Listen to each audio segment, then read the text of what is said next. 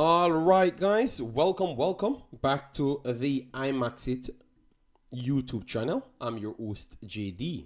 If you're new, make sure to consider liking, sharing, and definitely subscribing. And if you're a member of the channel, massive respect to you, lovely lots. And how to become that member, if it's available to you, please do click the join button. YouTube will help you along the lines. So as you saw, the title of this video, great or extremely foolish direction. All right. Then we put Steve Mcclaren, which is the current coach of Jamaica. Then we are going to be talking on Jamaica Reggae Boyz Unity Cup squad, but also in its entirety because everything is connected and we have 3 competitions coming up. So all of those things are going to be the conversations that we're going to be having in this one. I've started right beyond after producing the other video because I do have limited time. All right. Yes. So I want to make sure you guys have an opportunity to give me your answers and stuff. But if you don't have any long format content time from today, you can always go on the shorter version content because it's there for you. Massive respect. All right. So that we give the man names a bless up. We saw Sean Base, Suriname in the building. Big up yourself. Thanks for being here. We saw Lee in the building. Good morning to you. Osh Poppy in the building as well. Good morning. And if I'm missing people, let me know because sometimes my system does take a little while to kick on when it's starting. All right. Yes. So we have One Love just checking in. Massive respect. And as soon as you come in, please do it like button because what it does, it helps with the visibility. And once you're in the video and you want to drop your comments on a specific topic, please do so. I will try my best to respond on that current video, or I will respond in the video live, the next video live. All right. I don't ramp with your comments. I do consider your comments as very much important.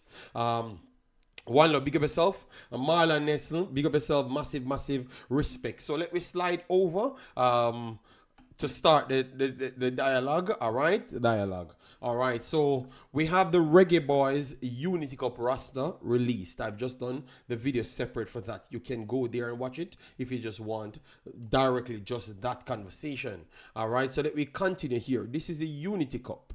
All right. And keep in mind, a lot of competitions still going on, like playoffs for League One, Premier League, Saudi League, MLS, USL, all of those leagues are still going on. All right. So those things still kind of cause some problems towards selection, but not just that it in itself. Some of these decisions were made by these people directly, and I'm going to play the press conference so you can hear for yourself. All right. That's why the title comes in. All right. Yes. Because you know that I know about all the process, but I still have to be honest to my viewers. All right. So goalkeepers, Shaquan Davis, Benjamin Williams, and Tafari Chambers. I had said 2 of these guys would have been on it. Manners and respect, Dre, Wisdom in the house, Jack Drummond in the house already. I've already said that 2 of these 3 goalkeepers would have been on it. Where I've looked at it, I would have said that Connor Boyce Clark or another could have been on it from England. Because obviously maybe Jamaica never had enough money to bring so much people. So Connor Boyce Clark or Adai could have been on it to make less traveling expenses and stuff and someone to look at. All right. Yes. But the next 2, which is Tafari and Shaquan Davis, I had picked them out as well. I expected that. All right. Then now for the defenders, we have Richard King, Mason Oldgate, Dexter Lembekisa, Kyle Ming, Amari Bell, Greg Lee, and Stephen Young. I love the fact that they brought in people that we don't get embarrassed, because I do believe that if we just use what they want to truly do, because this is a shop window. We have to be honest to ourselves. This is a shop window. This is a shop window, period. All right? This is a shop window for players. The president told you, and sometimes it seems like they are not telling the truth, but I think he was just being straight and tell you that's a shop window. So if you want to have a shop window, you want to make sure you have people that can help the shop window the shop look good. All right. I think Cummins have his own problems. Reason why he's not there, because I think he would have been there with the numbers as well. But maybe he has some movements problems. All right. Yes. Well, it is a reason why they never brought Cummins, but believe me, they would have wanted to bring Cummins as well. Believe me, they would have wanted to add Cummins as well. But it looked like they couldn't bring him, but they would have wanted to add him. Sheridan, big up yourself. Thanks for being here. Massive respect. So, with the defenders, I like that they added people that can save us from embarrassment, in my opinion. You understand me? Yes. And that's Oldgate, Dexter Lembekisa, Amari Bell, Greg Lee. Those guys can still steady the ship to save us from embarrassment. We have games that I can just pull up games and just to show you, because I like to bring up facts, because a lot of people like to conceal facts when we are talking. So this is a program that you always get information. Bless myself, Jay Weather, Mr. Elm, big up yourself, so you can get to go back and look at them. You're the game that we played a lot of times. We do all of these things a lot of times. Every time we have problems, we shift from one side to the other. So let me go to a game, which would be the Canada versus Jamaica game. That would be one of the games that you would see similar things like that, where we needed to mix the team. Because as I saw here, we had Richard King, Mariappa, Greg Lee, then we have Speedy, we have Javian Brown, Thomas, Morrison, then we had Green, Bygrave, and Nelson. So that was the game. It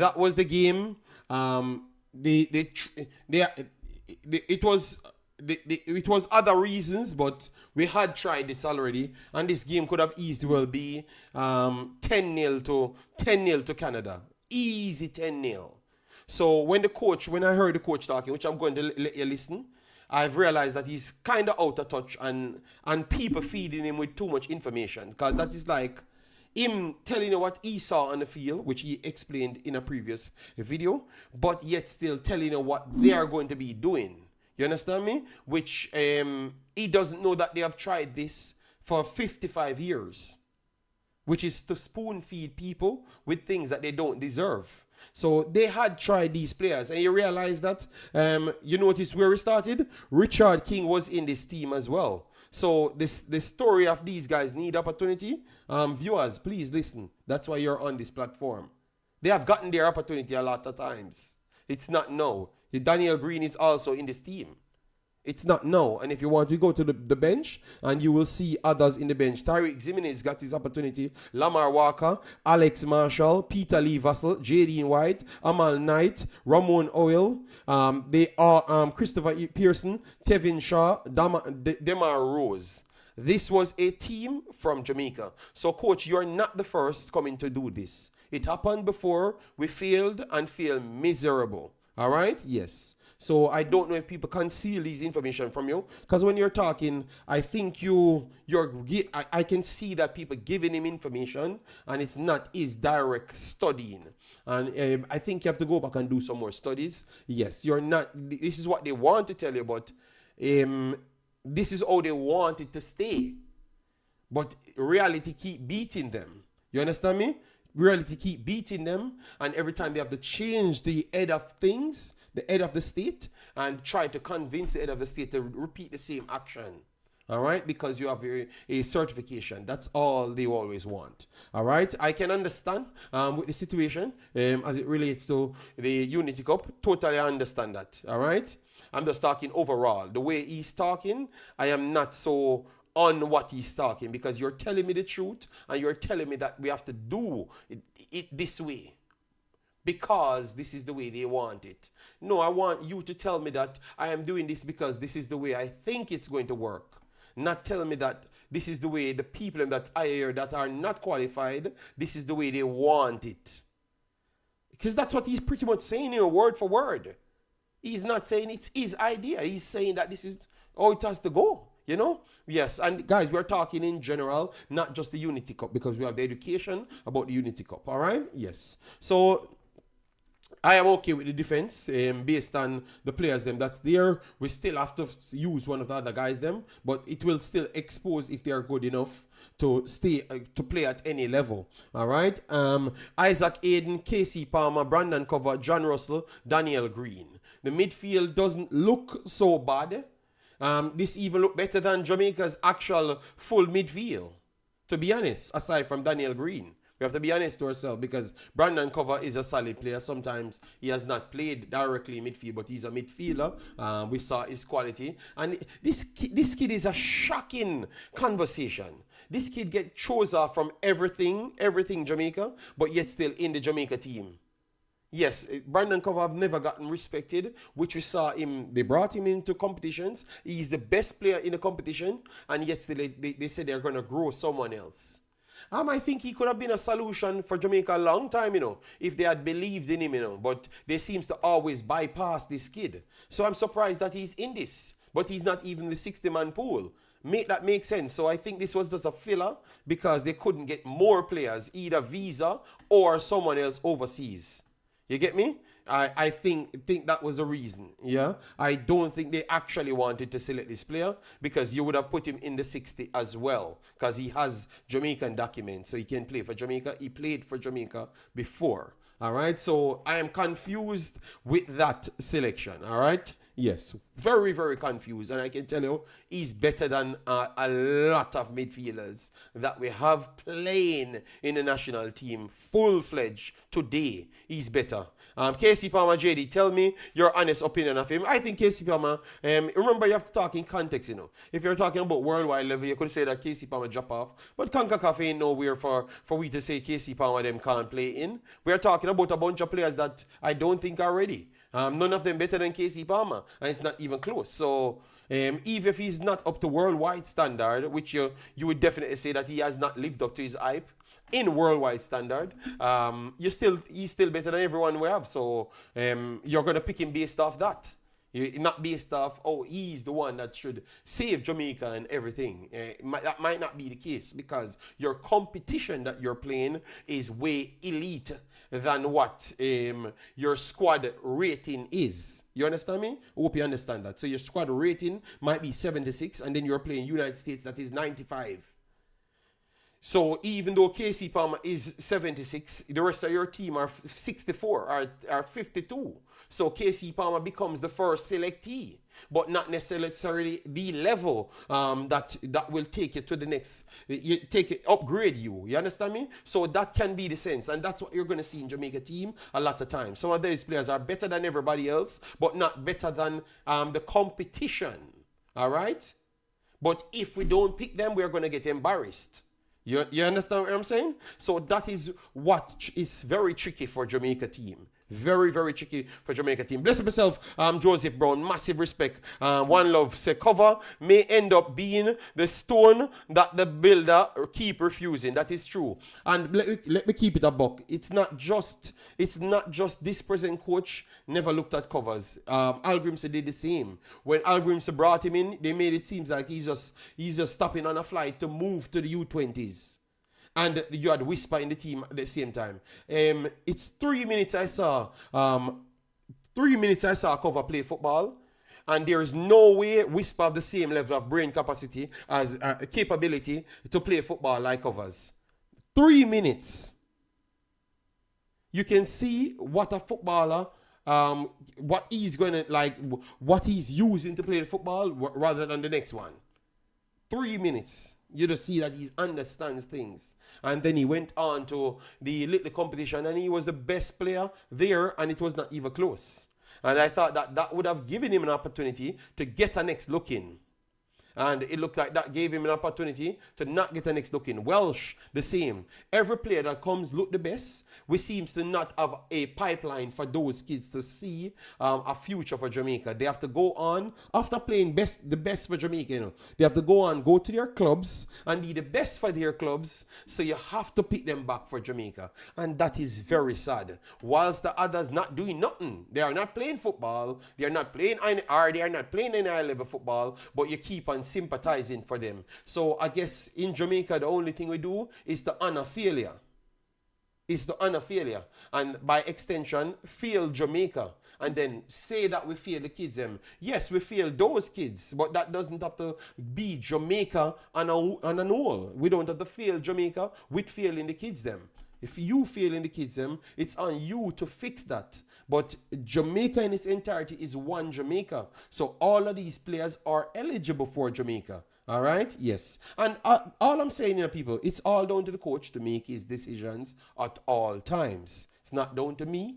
But I'm just saying, when he comes out and says some things that are inaccurate, I can't live with it, all right? And I have to tell the fan base I can't just pretend, all right? So that is the midfield. Then the forward area now. Still, I big up yourself. Thanks for being here. JD, big up yourself, one umbrella. Dwayne Atkinson, I talk highly of him. I think that he's learning. He's one of the local players then that I think jump from a level to a next level. I like that. I like that. And hope all the best for Busy. Keep on working. Ronaldo Cephas, he's playing overseas. I do think he needs more time. Any amount of football he gets is the best for Ronaldo Cephas. Dovan, big up yourself. Thanks for being here. Yes. Warner Brown, I think is the best. He gets some game time as well. All of these kids need more game time. That is true. All right. That's why I said I am putting it in general and not the Unity Cup. All right, because I would prefer to see some of these guys in the Unity Cup than the national team. But based on the World Cup squad, but based on he's talking, which I'm going to play, we might be surprised. Then we have Borrell added to it, so more likely it looks like David J said the truth hurts when you live in a lie. All right, Cover was injured. I am surprised he was not in the 60, excluding from previous camps. He's a proper 6. Okay. Kaim Dixon and Javon East. Love to see what Javon East is in the conversation because, and I think that is solely done from a lot of us talking about Javon East and what he's doing. All right. Yes. So let me go back to play the press conference now. Let me go back to play the press conference so we can have the conversation on that. All right. On that. All right. So people. JD, I believe Cover will be in the Gold Cup squad. Oh, well, that is tough. JD, do you think Cephas can catch the eyes of a couple England coaches and secure a championship contract? I am not sure about that, because he will catch the eyes of everybody because he's very fast. He's very fast, but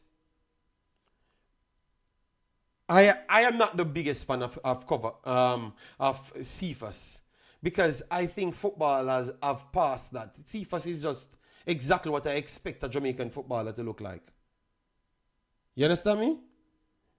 It's too much flaws in his fundamentals for me, But if I've always said I think he's going to end up as a striker. I know ironic, since I've said that, he only played striker. He only played striker after that because the fundamentals you kind of can surpass it now because they can just tell him to stay there and others work for him. But if he has to be a part of the worker, I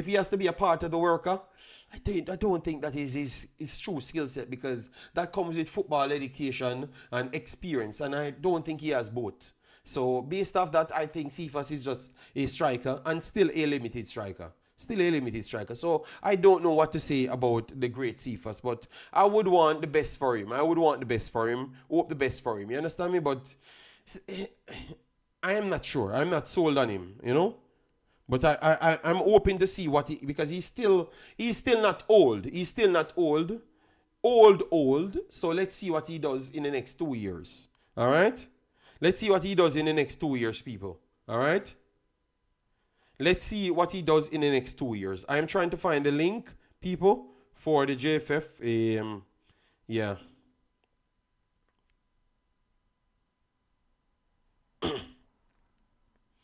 All right, so I'm going to...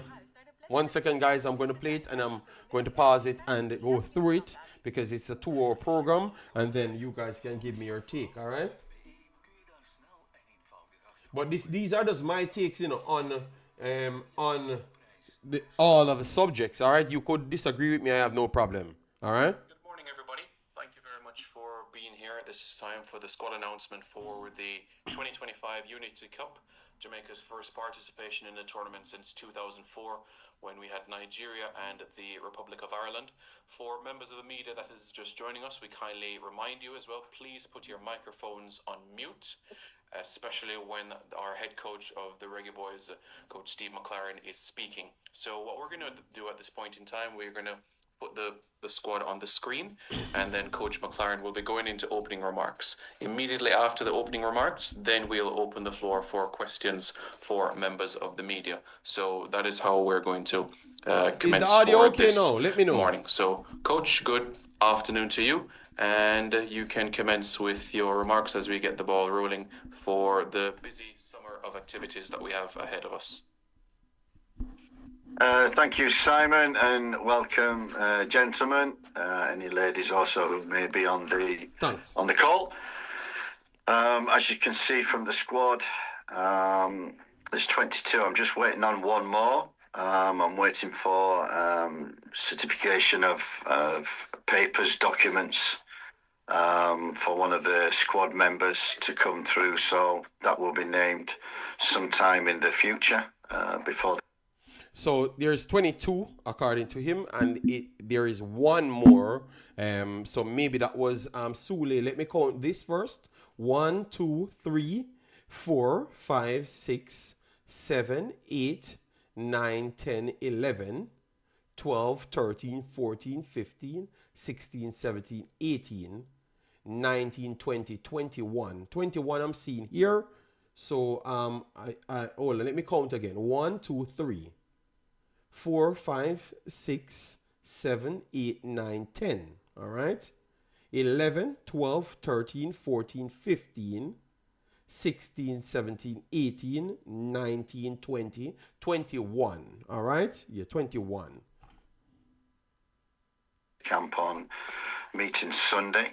The rest of it is self-explanatory. It's been a very, very difficult squad to pick. Mainly because of the timing of the fixture around JPL playoff dates, so they're coming in very late, jet lagged, and we'll have 1 day's preparation for the game, which is not going to be ideal for that. So we've had a mixture. We've had injuries, so Mikel Antonio, Deshaun Bernard, Bobby Reid, with his hamstring injury, maybe fit for the Gold Cup. Mikel were hoping also to involve him in the World Cup qualifiers Gold Cup. Too early for the Unity Cup. We haven't been able to pick less, and there are quite a few that we wanted to pick, so we've not been able to do that. Of the UK players, Charlton are in the playoff final on the 26th, so we've included Dixon at the moment. We don't know if he can join us after that, but certainly we're looking for him to come after they play the game on their Sunday. All right, so let me break down this what he has said now, which he has said a lot of things accurate and maybe inaccurate as well. So he said that players give you update. Mikel Antonio, Deshaun Bernard is out, so don't look for Deshaun Bernard. We have told you that a couple months ago, so he's not coming. Bobby Reid has an hamstring issue, but he could be ready for the further the game is. So he said the Gold Cup. So that means Bobby Reid will miss the World Cup qualifiers as well. World Cup qualifiers as well. All right, yes. And Mikel Antonio, the Unity Cup is too early for him. But he did mention Kaheem Dixon right here. Kaheem Dixon here. So like we type in Kaheem Dixon. All right, so Dixon, Kaheem Dixon, he said that Kaheem Dixon was listed, and I'm hoping that he could get Kaheem Dixon because his club is in a playoffs. Well, I think that is slightly inaccurate because Kaheem Dixon, the last time I checked, he was not training with them, the main team, and he was not included in the main team. at all. And that have been for a while. He's a U21 player and not necessarily a main team player. So Anderson, that could have fell for Anderson and not Kaheem Dixon. So Kaheem Dixon should be ready to come and play at any point because he was not one of the main players. So I'm wondering if someone gave him that information and that never came from the club itself. So I could see that as a slight problem right there because I was doing some research on that. All right, I could see that as a slight problem there. That's where I could see people having problem. Leroy said maybe he's on standby. Leroy, I know why I've said that because they have two others there, which are standby players. That's not in the team, Leroy. So I never saw him as it because I made sure to research it first before I do speak on it. So I'm just saying, listen to me, Leroy, where I'm trying to go. I'm wondering if people trying to hype up players in his eyes to sell him information and he's picking some of those players off those information. So that's why I have to make sure I put them out so that maybe the coach accidentally watching this and could get the actual truth out of it. Because sometimes those things can be the truth as well. Because the way he's talking, but how is it a problem? No, the way he's saying what he's saying is if it's inaccurate, it becomes a problem because you're putting him in a bracket that he's not in. So truth is truth. Are you trying to listen to what I'm saying to understand? Or you're just saying the opposite of what I'm saying to have a conversation?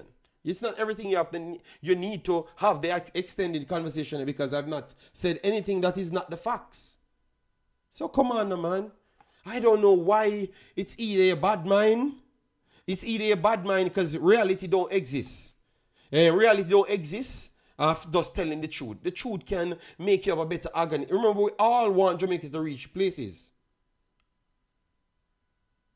No, but you said, oh, is that a problem? And I said that is a big problem because you could be picking the man based off you don't know what he's doing and think he's doing everything great.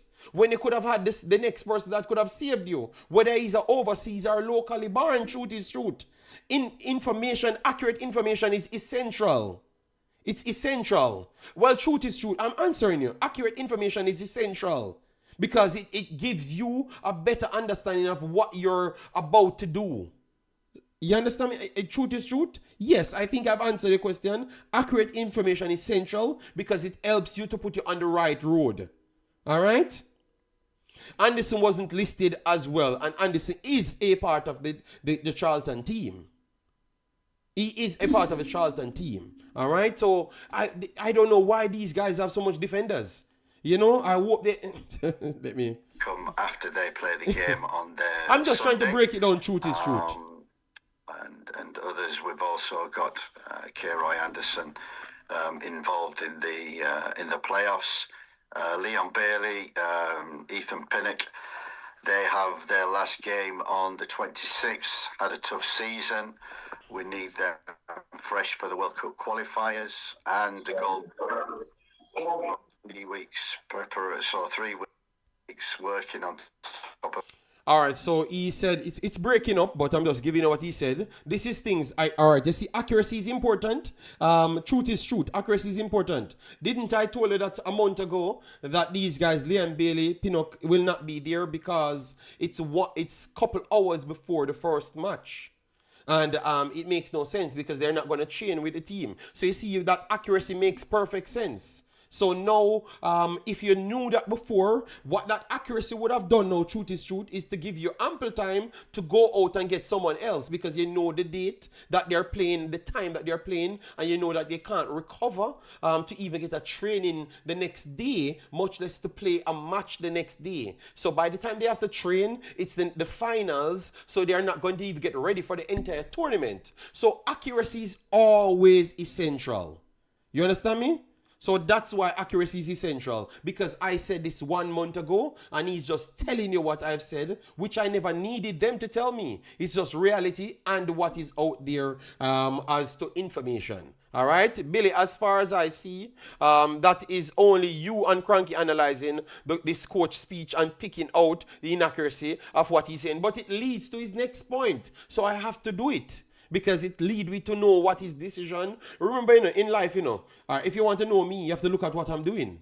And then from that point, you judge what I could probably do in the next movement, because you're anticipating my movement pattern.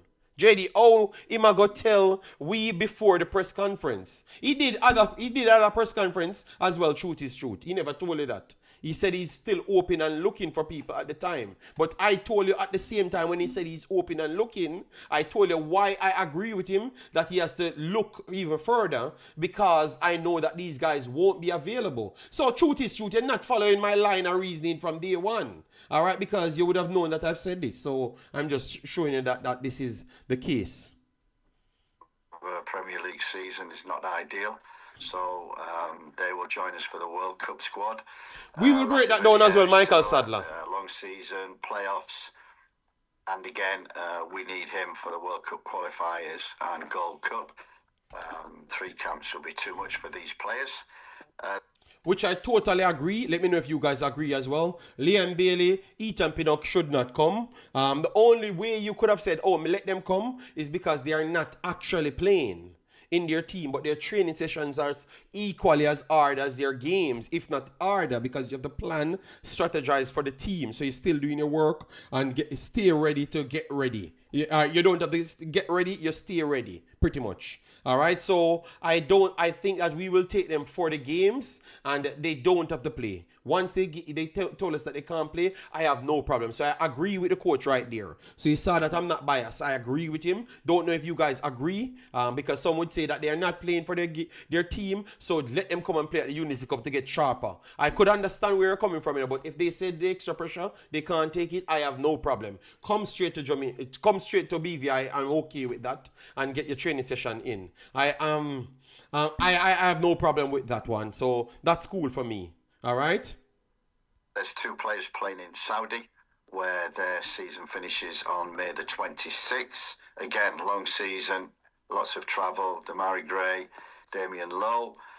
So we've not included them, and we want them for the World Cup qualifiers. All right, so the Saudi guys, then we had said as well, the Saudi guys, they are going to be finishing the night before the actual game. So literally around, say, 12 hours before the actual, 17 hours before the actual game. So it made no sense for Damian Lowe and Damara Gray to come to the competition. He's telling you that again. All right, truth is truth. We got it right again. All right. So basically, what the squad is a mixture. Again, because of the local camp that we had in January, February, because of the inclusion of 10 JPL players in the last squad, St. Vincent, we look to give them experience by coming to the UK. And when you play international football, to give local players that experience to not just play on the island, but also to play abroad, and especially the UK, is something special. And so it gives us, because of the limitations to what we can pick, it gives us a great opportunity to include 10 JPL players in this squad.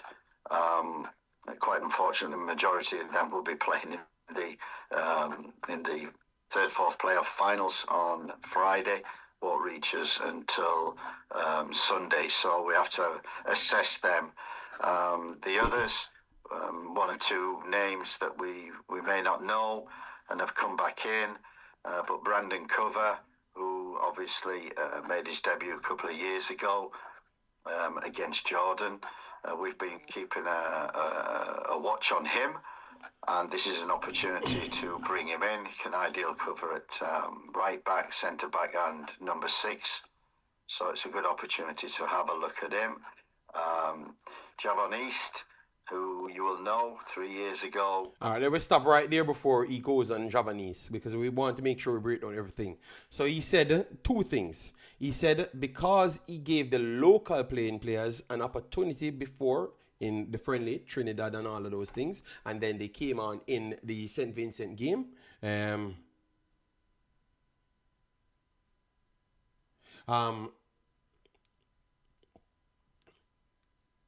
he played them over that. So based off that, and the combination of players being lacking, he decided that this is going to be the direction he's going with. So it's two things: players being lacking, but we still have a pool that we could have picked different players.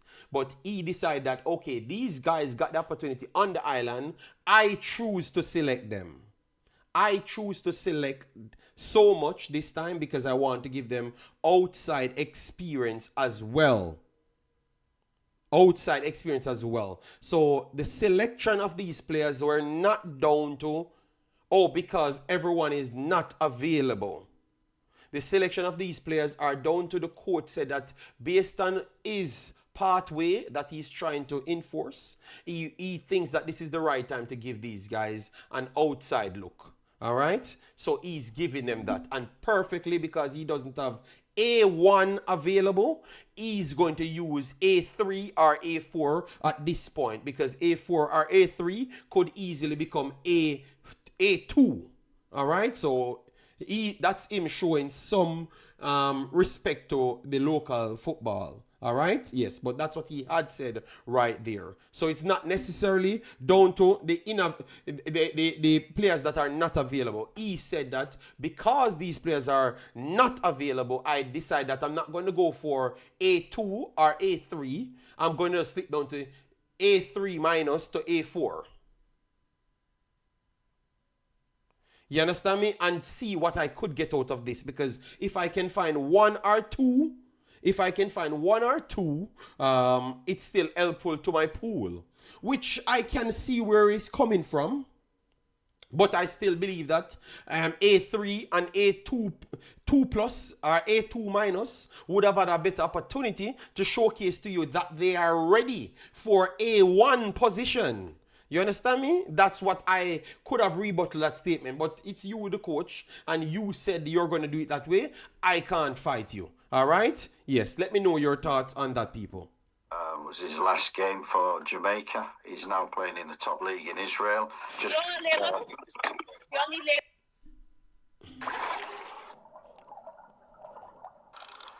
We're going to get through everything, people. Just hold on. And I'm going to put up call-ins as well. So write the information down. Just moved there in the winter. And has so far took a while to get in the team. Got in the team in the last 6 or 7 games, scored 6 goals, 3 assists. So he's in good form. It's an opportunity to give people a chance. Got experience, knows about the squad, knows about Jamaica and the football. So we give him another opportunity to come in. And the boy Burrell, from Burton Albion, who this season has really been a breakthrough season for him.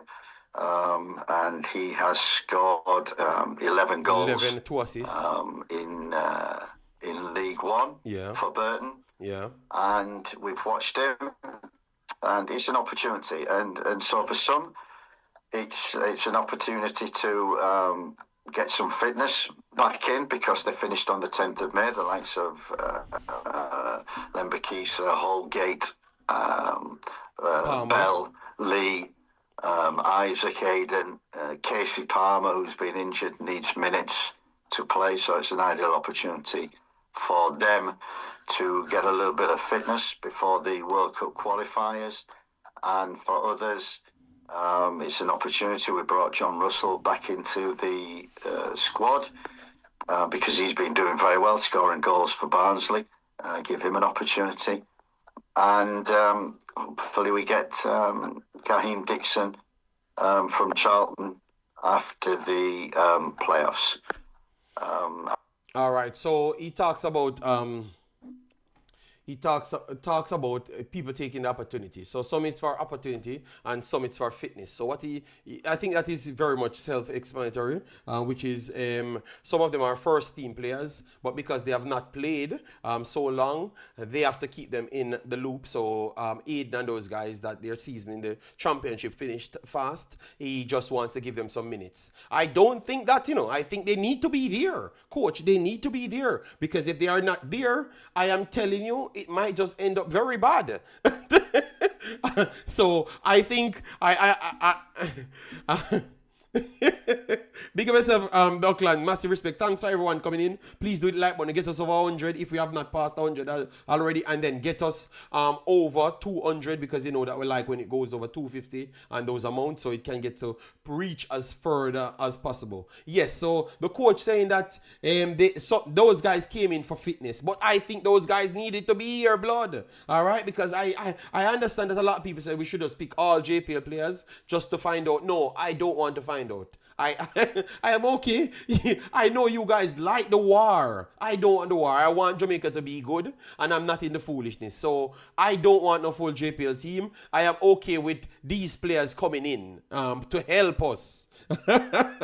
No problem, CC. When the call in time, you will get your time. We have that time. Don't worry yourself. We're just going through it. All right? Yes. So he said East is back in the team.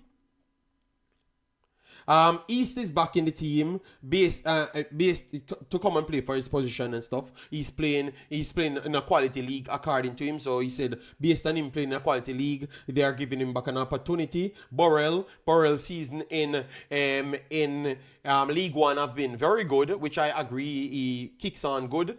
We had better to select from, but more likely maybe Burrell paperwork is ahead of the others that we had to select from. Or the others, because we had Charlton actual players that will be playing. One of them, he has his paper, which is one of the tricky wingers that we all talk about. That if he comes, that is Tyrese Campbell. Very, very talented player. If he comes, he can rival our main position players. He has his papers, but he's going to actually be playing in the playoffs. So we know that he wouldn't have been available for this. All right? Yes. And even yesterday, Simon made sure to tell me that, remember, Tyrese has his papers.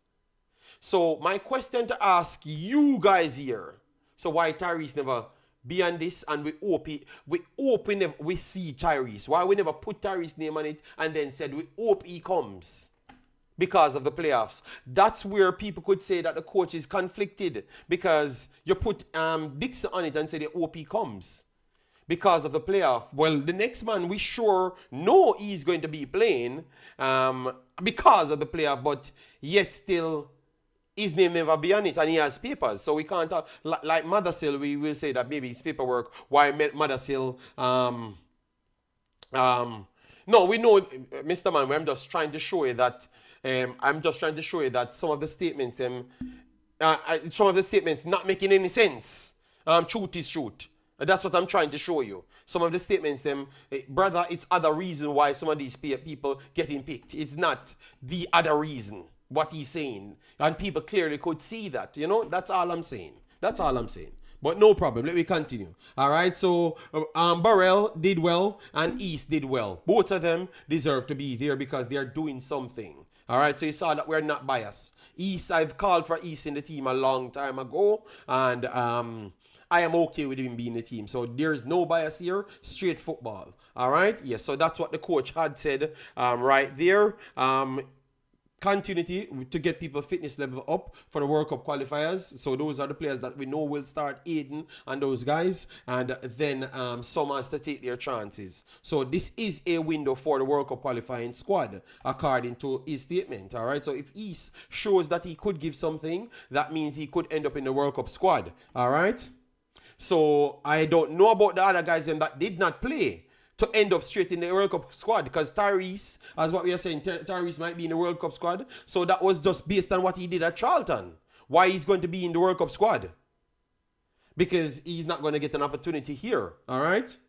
I'm looking forward to this fixture, and the main reason I'm looking forward to it is we're playing in the UK, we're playing in London. Many supporters, Jamaican supporters, live in London, and it's a great opportunity for them to come and see the real team. They'll probably watch them from afar and probably never seen them before. This is an opportunity for everybody who is Jamaican, who lives in London, and come and watch the Jamaican team against very, very. Oh, JJ said, for argument's sake, 1 second, we're going to go back to his statement. For argument's sake, could it be he knows all going to play, so he won't make it? But Dixon might not play as much time, so he might come. But the problem is, one not playing at all. One not playing at all. One is not in the listing, none at all. For the club. So that's why I'm surprised that he's saying these things. So that's why we had the argument, JJ. But it's a solid enough point, what you're selling. But I'm saying, because we know the answer to that, I expect him to know the answer to that already. You understand me? So we know that he's going to come. We know that he's going to come, and it's not the reason what he's saying. That's all we're saying. You get me? That's all we're saying. Because we know it and it's public knowledge, we expected him to know that as well. You understand me, JJ? So that's where my conversation coming from. Don't let people lead you down the wrong road. This is no HH or nothing, you know? I don't agree with Dixon inclusion. No. I have no problem with him including him, but don't tell we one narrative and then the next narrative. Because the reason why I'm saying this, you know, is because I know where the argument came in this video, because I got enough call yesterday. You understand me? So I'm trying to set the stage for the next big argument. It's Dixon is not the big argument. Just hold on, JJ. You're rushing the show a little bit too much. Just let it slide, and you will understand why I made sure to bring up Dixon, because I want people to see that I'm not biased. You understand me? So that's where I was coming from. Good opposition. This is going to be a tough week, tough 2 games, whoever we play. But we're excited about playing in front of them, yellow and green and black jerseys, and supporters with the scarves and the flags that should turn up to Brentford. But let's not forget, this is an eye and a build-up to World Cup qualification and the Gold Cup. And so that's why we've picked this squad. That's the goal, and this is just a step towards that. Thank you. All right. Bro, the level just All right, started. so clear here. It's gonna come in with questions. Big up yourself, everyone's coming in. Guys. Goal, and this is just a step towards that. Thank you. I think the questions will come in. Thank you very much, Coach Mcclaren. Members of the media, this is your opportunity now. Please raise your hand, and once you're indicated, then you will be called upon and, of course, unmuted to pose a question. Let's start with Dre. Good morning, Dre. Go ahead. Good morning, Simon. Good morning, Coach. Good morning, media members. You okay? All right. So, Coach, can you explain to us your style of play, and do you have the players that's needed to play this particular style of play right now? Yeah, we obviously, from the time coming in, we obviously wanted to change quite a few things. Heimer, as I said when I came in, I reiterate. So this is Dre Anyway the Sport. People, please go and support Dre Anyway the Sport. He's there asking a question. I don't know if he meant generally in the Jamaican pool, if we have the amount of players to play his system or this particular squad. Dre Anyway, could you explain what you meant by that? Because I'm slightly confused. Done a great job in getting this squad together, keeping the togetherness, the commitment in the players. That was the main thing. Keep the energy. But it's a good question overall, the idea of the question. This is why I enjoy this job, because of the players, because of the energy that they give me. Through that, we need to keep that. We've tried to build on what the team does well, to keep that defensive structure, to make sure that we're hard to beat, make sure that we can defend in games, and I think we've done that. Disappointing probably away to the US, but in other games we've done that quite well, especially away from home, keeping clean sheets, which is most important, which I think the squad was built on from last time. We've tried to be a little bit more possession based, and at times we've found that difficult. To build up from the back and through the thirds, progression through the midfield into the final third. We still need to work on that.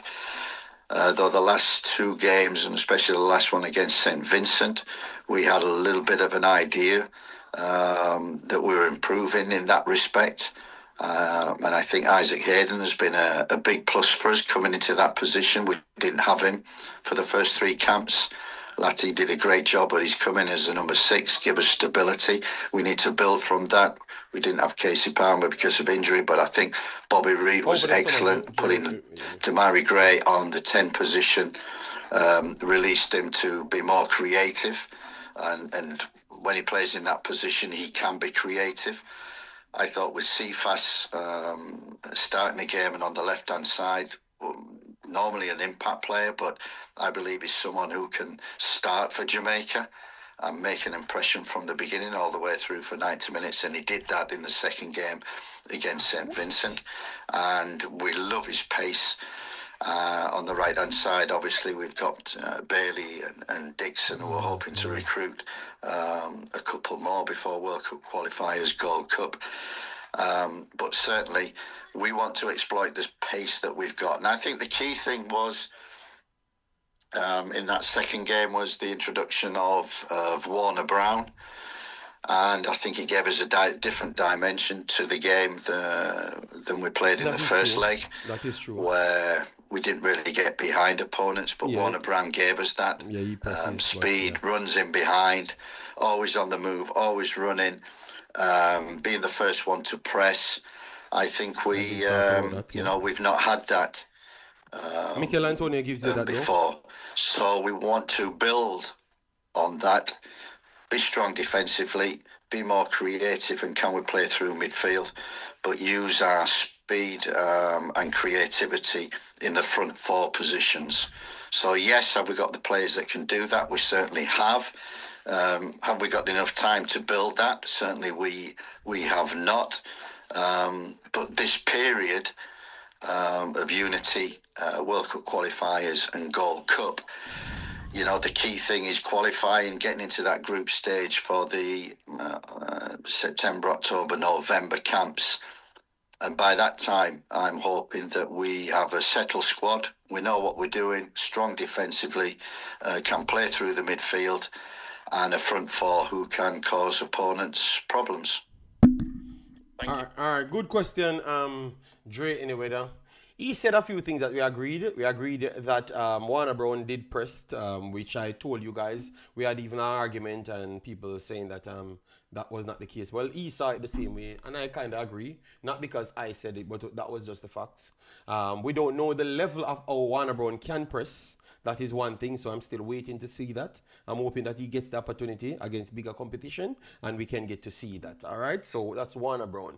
He explained himself, try to be defensive solid, but also be a possession-based team that can use wing transition football to get the way, because we do have fast players outside. In particular, he used Cephas. But where I have a problem, I think he was not honest on Cephas, because he said Cephas can play for the whole 90 minutes. I think that Cephas can be only an impact player at this present moment based on what I saw, because his controlling is horrible. His decision making is terrible as well, and most of his situations it's by accident.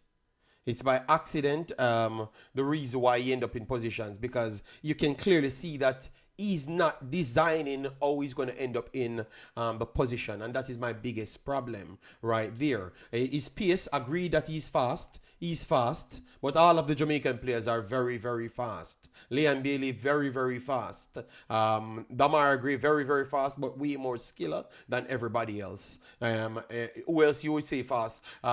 Norman Campbell, very, very fast as well. So all of the players, them are very, very fast. So I can understand his system that he's trying to get, which is fair, but I think he's giving some people too much credit, and maybe that might influence him for not getting in right players. He talks about Damara Gray playing as a cam, which I told you guys he played as a cam and link up with Brown. He talked about that as well, so you saw that I am watching the football without bias. Love that you guys are hearing him telling you what they're doing on the field, so you give me more respect, all right? I told you that he was playing as a cam to link up with the pressing, because both of them were the most pressed player on the field at the time. That's what I was saying. When you're giving Brandon Brown the credit, you have to give him and Damara Gray because that was their intention. And so Liam Bailey and Cephas can drop off to solidify the midfield because they knew that St. Vincent's forwards are very fast on the counters. So they wanted to have a black wall of 4 behind those two.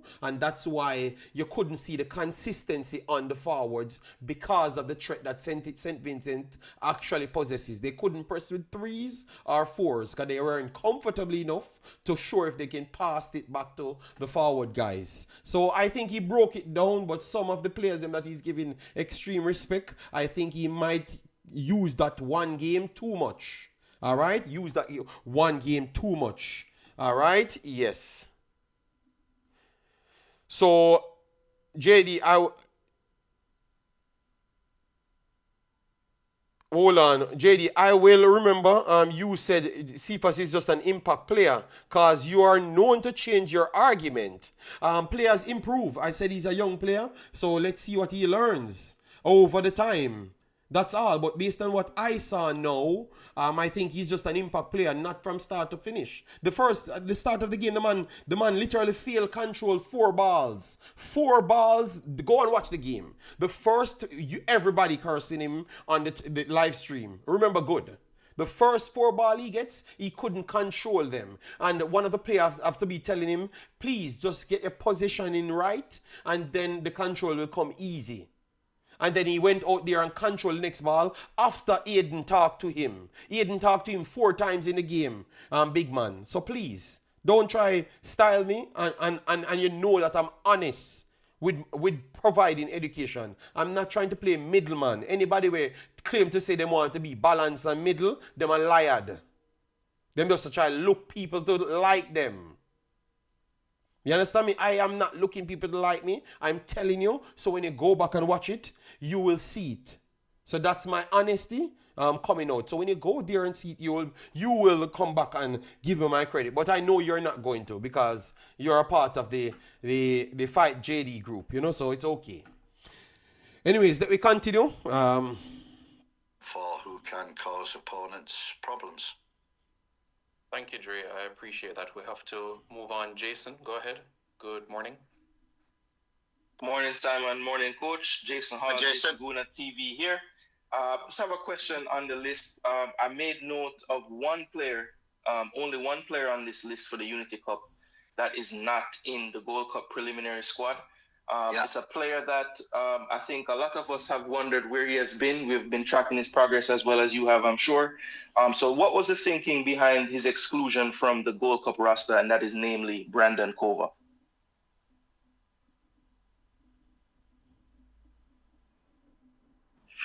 Oh, 1 second, guys. I'm getting ads. So let me clear the ads. YouTube will kill it with ads. Okay, let me continue.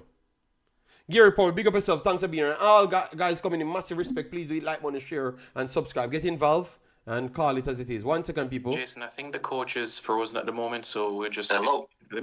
Yes, go ahead, Coach. Have you got me back? Oh, yes, the coach proceed. looked like he had some problems as well. I didn't get the question, Simon. Regarding Brandon Kova, they're thinking about including him in the Unity Cup. And of course, he's not in the 60 for the provisional list for the Gold Cup. Yeah, that's right. Look, this has been difficult picking this squad. We've had many people in, then dropped out, can't play, got playoffs. We've had to wait for that. So we haven't had a real squad. I've had to pick 60 for the World Cup qualifiers and Gold Cup. And Brandon is one of them that has been on the radar since we came in. Many people have mentioned him. And the opportunity arose because of injuries to other people and unavailability of other people. And it's for the future. As I said, I have a squad set for the World Cup qualifiers. I have a squad set, obviously moving on to the Gold Cup.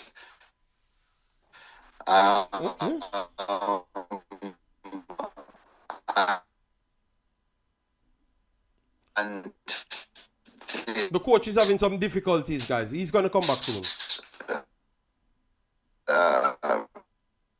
Gives me an opportunity to opportunity, or somebody who's young and fresh who should be in the squad, I've given them opportunity. Also, when I look at the JPL players, the local players, I certainly think that, when you look a year ago, how many local players were in the squad and in the Copa squad, I think there was either 0 or 1 local player. And I think because of the local camp, 10 JPL players, St. Vincent squad, 10 in the Unity, and a certain amount also in the World Cup qualifiers that I've looked at that. So in the months that I've been in the job, I'm learning. I'm learning about the culture. I'm learning about how Jamaica works, how the JFF works, and along that period and along that road, we've made mistakes and we've had disappointments. That is normal. I'm building towards a squad for the last 3 camps, World Cup qualifiers that can qualify for World Cup. So I need to give as many people an opportunity as possible, not just in the UK, not just abroad, but also local players. So that's my thinking behind everything. All right. I think the question was a good question. Good question. He froze first, so Simon had to repeat the question. Yeah. So the question was a good question.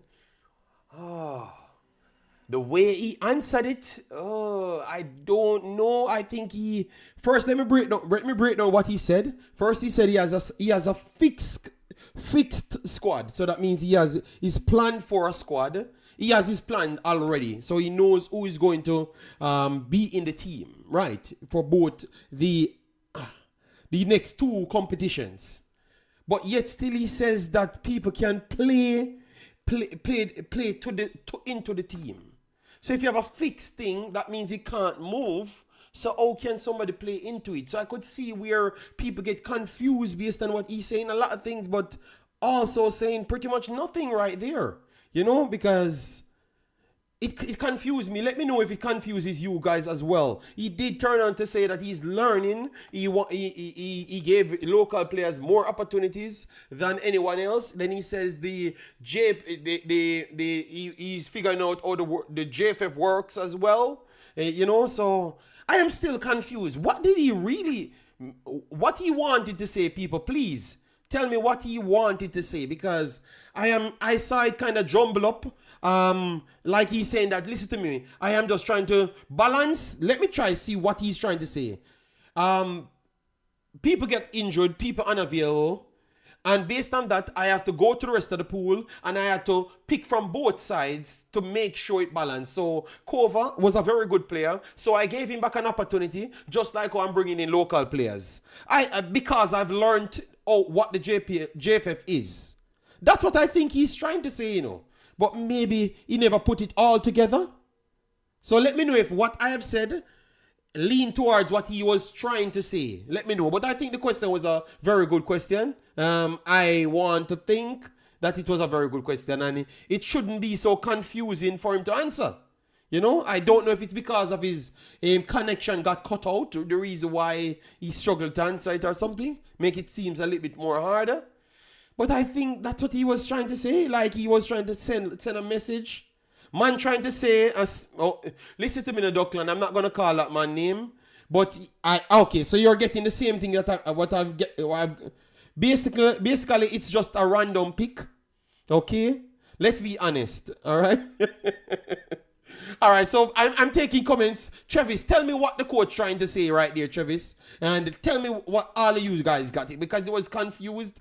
It was confusing. He said a lot of things. We have to pick out each one of the things that he has said. Because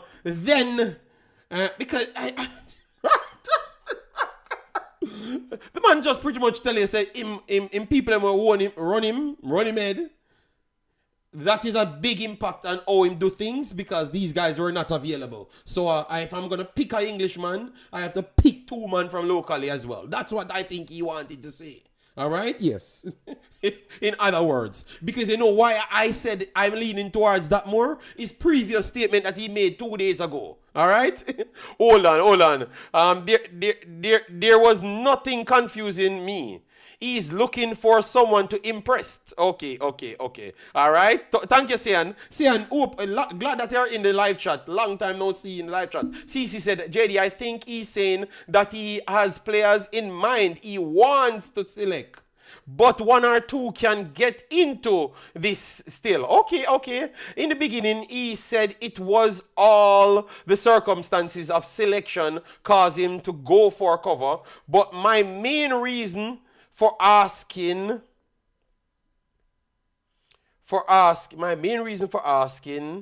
was I don't see the point of including a player you have shown you have not shown put in the 60. Okay. There is no lawsuit because I'm just asking a question. Chavi said, JD, the coach are doing thing, so me I work with it. Oh, so in a busy way, I say. Yeah, I'm confused. Yes, but I think you have to understand that him say I learn the Jamaican culture, you know, so him still a try learn. But to me, it sounds like the man I say him never have enough players, and maybe what Cece said is true. But also when that is true, but when it comes down to the selection, it can't just be one side. He can't just be what he was saying in his previous comments, all right, in the last video.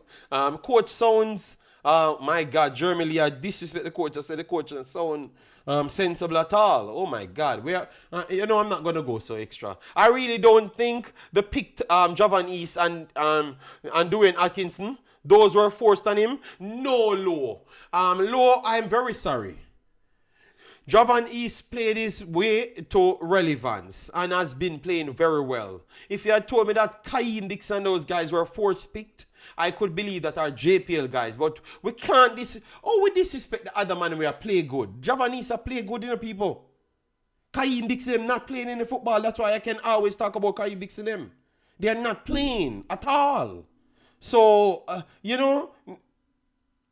Javan East fully agree with Javan East picked. You get me? We can't disrespect the youth, so man. We can't, when we talk about Kaim Dixon, we don't talk about nothing of football. We just say him for the future, people like him, and all sort of madness. Nothing to do with football, But when we are talking about Javan East and every other local players,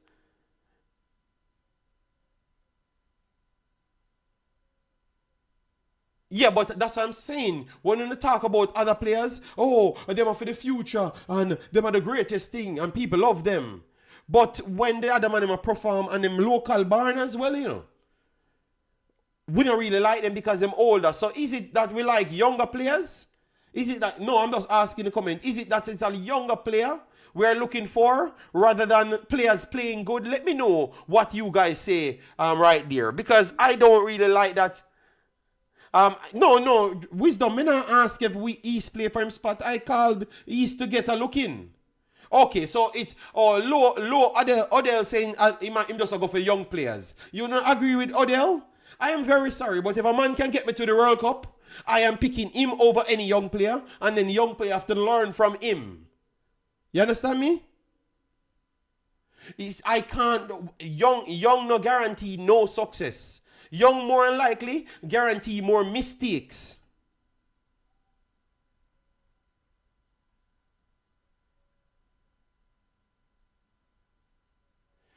So we can't take out one man to them born in Jamaica. You understand me? We are trying to make the World Cup. We are not trying to look for the youngest team. Youngest team prone to more mistakes than the older team. I'm very sorry, people. We're not going to learn that the hard way if we just want to go for younger only. They have to be younger and better as well. They have to be younger and better. It's important. Younger and better.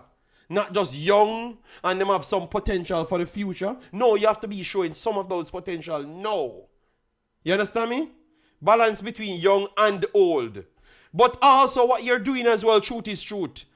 So if the man is younger, so for instance, if Madasil and East, You could say that Madasil should get the spot over East. You could say that, but it's not definitive because East, as the experience here, East is still playing at a good level. So it's not a surety that Madasil just make it over East in the team. You understand me? But I could agree with that a lot more. Go for a decent balance of ages, if possible, but best available is most important. Some people need the greatest stats to play, while others just have to be light. Yes, I think that is very bad. And this has nothing to do with overseas, because we are just talking about locals now, because East and Dixon are two local players. All right? Yes, but one is just significantly older than the other. But one is played at a higher level than the other for a long time consistently. You understand me? So why we can't give that more interest than just, a man young? No, we need to stop this young and in the news in Jamaica. That don't work. That don't win games. Well, JD, it's because East doesn't perform well. Yeah, but that was before. I think Jason had said that the last time. So when they learn football, because now Dixon, we are saying that Dixon need to learn football, So we are bringing in a player that doesn't learn football as yet. And East learned football after coming in the national team. But him shouldn't get a look in. So we should consistently pick in people that doesn't know football and keep on learning. And when they learn, we don't bring them back. So how can we see their improvements? That was a good point, We send them to learn football after seeing them in the team. Because clearly they didn't learn, so that's why they never produced. And when they do learn now, we don't want to bring them back. And then go for the next man that needs to learn again. You get me? So we should always have the people that don't learn, not don't learn, but don't have it. And when they do have it, we don't bring them back. Dirty Harry, big up yourself. Thanks for being here. JD, how many local players in Ghana start in? Actually, 13 players on Ghana squad born overseas. We are going to go through all the squads then. Don't worry yourself. We're just trying to make sure, concentrate on Jamaica, so people could get it, and we can have a discussion. Yeah, but we did Nigeria. So far, we're going to flip over to Ghana as well as Trinidad and Tobago. That's why I wanted to give Junior Flemings, Albus Powell. Yes, that's what I'm saying, wisdom. We can't say the man should learn football, then don't call him back. It look like Russell. We said Russell needs some game time in his team. Then he goes and mash up League One. Then we say, you know what? We're going to pick the next best player in the Manning Cup. That makes no logical sense. All right, so let me continue, but the chat is off its rockers. So good question there from Jason Guna. You can go and subscribe to him as well as Dre Anyweather. Two good questions. Just was confused with Dre Anyweather if he meant the overall squad pool or the current roster. But he did clear it up here, saying that he meant the overall squad, overall pool. Everything. And we're going to open the call in, guys. We're going to open the call in. Gregory Bryce, good morning. Go ahead, Gregory. Hi, good morning. I'm Gregory Bryce from the Jamaica Gleaner. Hi, Gregory. Good morning, Coach. You've spoken extensively about the players who will not be available for one reason or another, as well as giving these other players the opportunity to come into the team. Now, with that in mind, what do you consider the parameters for success from this Unity Cup? What will you be looking for, and how will you gauge on the success of these players based on their results? Again, I'm looking for progress from, the JPL players that we're picking. I'm looking for progress from them. I've seen them play on the island. I've seen them play in the local camp against Trinidad. We want to see them, how they travel. How they cope with the travel, the jet lag, and the long distances that they have to ensure if they want to be international players. And it's a progression on the, are they building? Are they getting better when we're putting them up against tougher opposition, which this will be for many of them. So we're just looking to build on other players. It's an opportunity for the likes of Burrell, for the likes of East coming back in and Cover coming back in. I'm really excited about the boy Atkinson at the Cavaliers. I've wanted to pick him from the very beginning. Always seems to be injured at the wrong time. Watched him in the semi-finals the other night in the game. And you know, he's someone who I've wanted to give an opportunity for a while, so he comes in. So I'm not saying I'm experimenting, I'm just giving lots of people opportunities. All right. So, two things he said right there. I saw someone said that they were trying to prove me. They hold on. They were waiting a month to see if I would be wrong, and I turned out to be right in the end.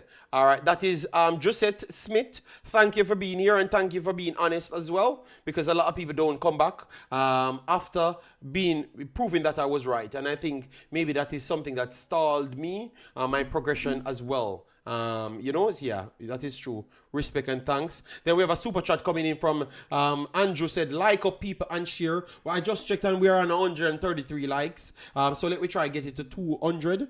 We said that we want to do 2 hours. If it passes 200, then we might continue the show maybe half an hour after that point. Then I have to leave out. Thank you.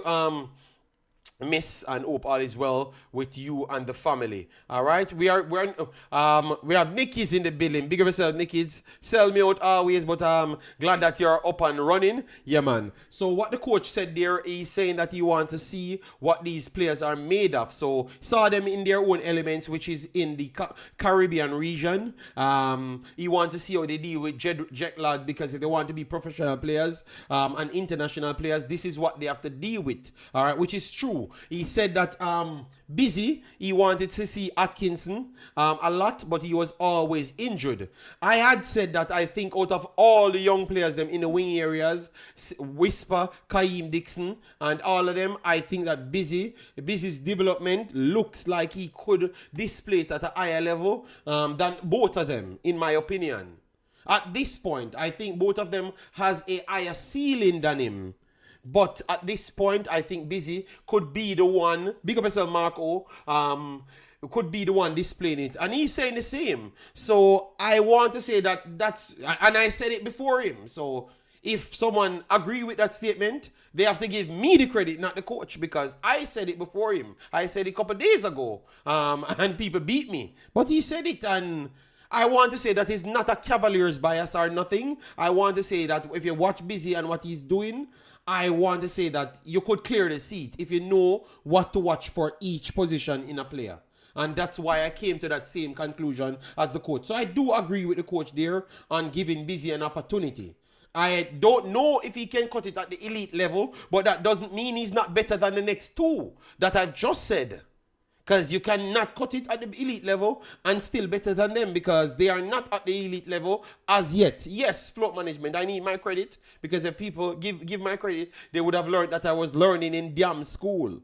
You understand me? Yes.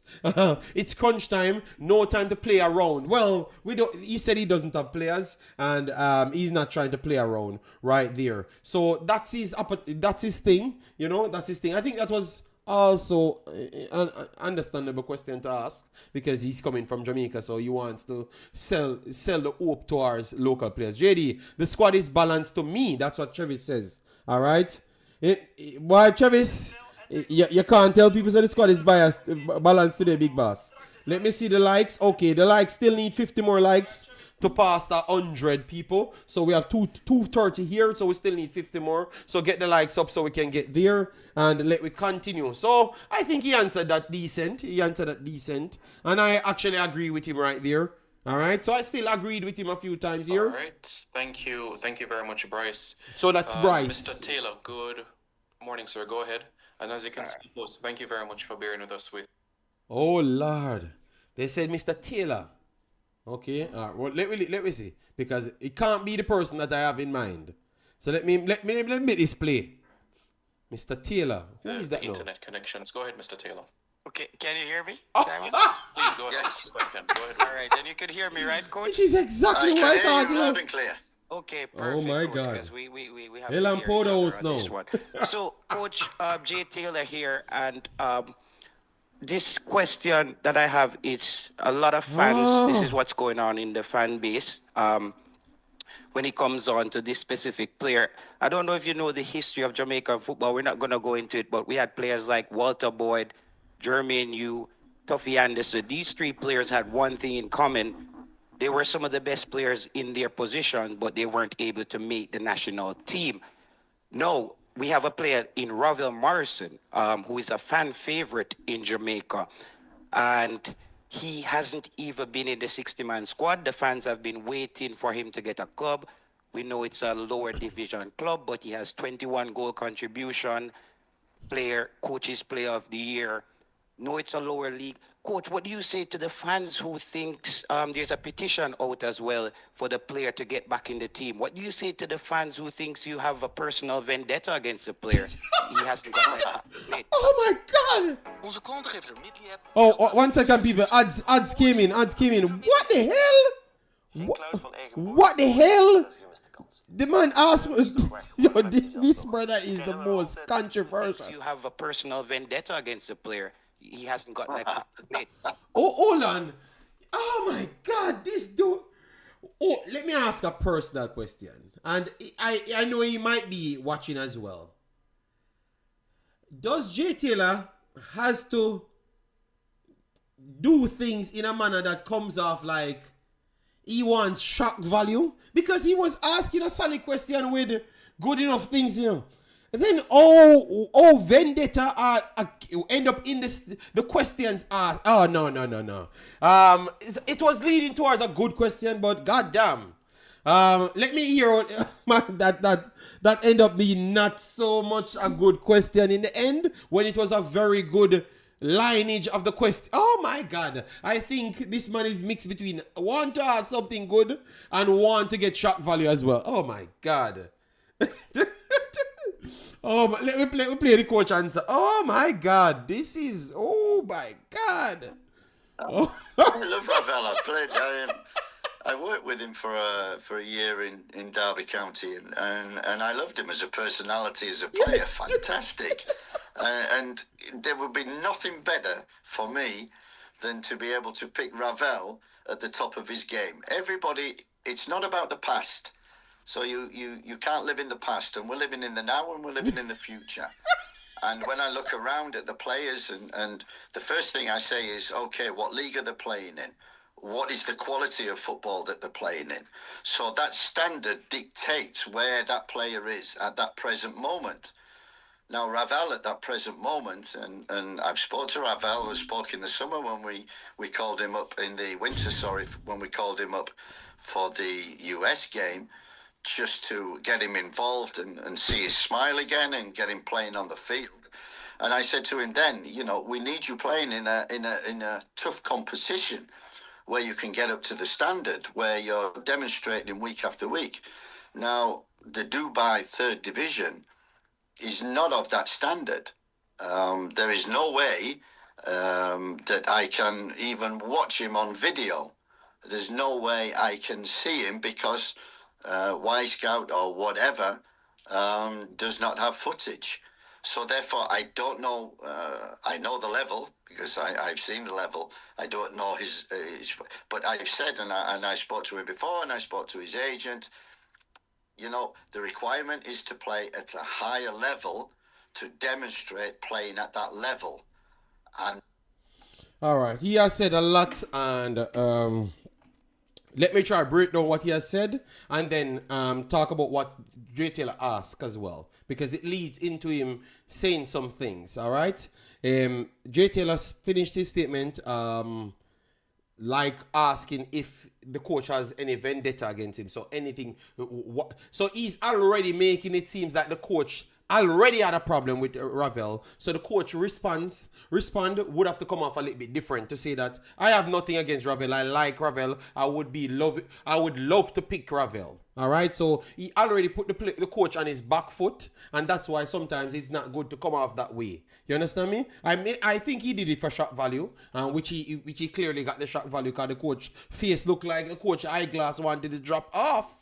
The coach can't believe what, the question he's asking, like he knows the Ravel personally and knows the coach personally. You understand me? But let me break down what the coach said right there, because this point led the coach to say some things which we have to ask calling question. So the first thing would have come up is where the JPL ranks in worldwide ranking and where Ravel playing ranks for real. So let me go on that one just to get you where Ravel is playing.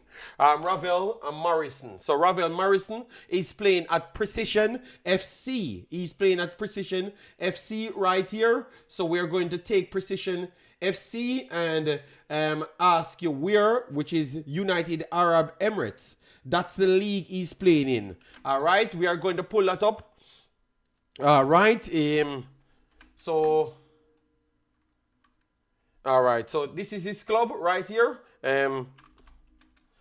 So we're going to put it up just to show you where it's ranked, because you can find out where clubs are ranked, because he said it's not on Y Scout, which is not accurate. You can get data for the league, and also JPL, you can't get data for JPL in a lot of areas. So I don't understand a lot of firebox. He will get a lot of firebox there because he did not deal with this interview properly. All right, yes.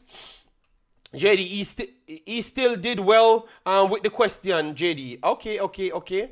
I never said he never did well. You said the coach RJ Taylor. I said he started off very good. I thought he would have led with a good question, but you telling someone that he has a vendetta against someone when you don't know him or the individual that you're talking about, that doesn't seem like anything good. That just sounds like shock value, and you can't deny that, Leroy. All right, yes. But I did say that the question was in line to be a good question, all right? Because it leads him to say a few things that we can check and see if they are accurate or not, all right? So precision, as you saw here, precision, a few players playing for them right throughout. I'm going to try and find their league, the Emirates, the Emirates.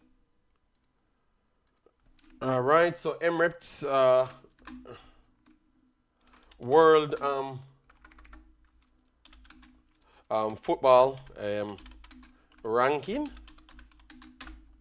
All right, so see, all right, so 65th, all right, they said right here. All right, so I'm going to go off the rankings. So FIFA Arab Emirates rankings. Currently 112, recently ranking 116. All right, average ranking 95 to 70. All right, so current ranking. Okay, let me click this to get the current ranking right here. All right, so we can go on JPL rankings just to make sure their current rankings. Okay, we're not talking. We want to get the whole football. This is the team itself. We want to get the footballing ranking. All right. League. All right. So League world ranking.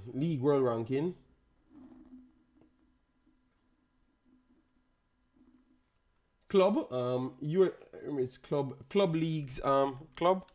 All right. So let me see, because you have a listing for that. All right, so we want to get the clubs, all right? Just to make sure. Soccer clubs ranking. All right, I want to see that. Al Nasir. Okay, so they're going into all of the clubs. Okay. All right, 1,000 odd. I'm trying to get the overall world ranking, all right? And then we're going to look for the JPL to see if what he's saying is accurate. All right? Yes, because maybe sometimes they can cross them over. If he can't play in UAE first, and second division? Can he make a World Cup squad for any other country other than Jamaica? Rasta Child, that's a good question to ask, but we want to clear up one first, because if your question comes out, is a very good question, you know. But if the JPL is lower ranked than it, then you can't ask that question, because he's believing in local JPL players and putting down the other league. So if the other league is registered higher than it, then your question comes off not valid. You understand me? Or if it's a general question you're asking, you could still ask that, because that would have meant we have a low standard. You understand me? But what I'm trying to check the JPL standard and also the Emirates standard, Emirates levels, so we could get the statement correct. All right, correct or not correct? 115. All right. Football clubs.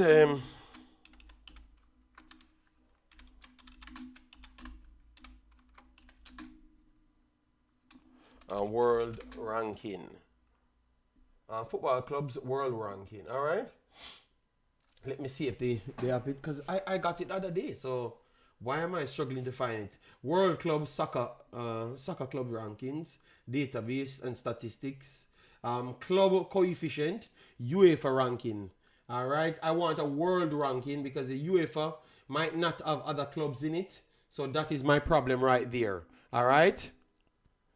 Maybe the world ranking.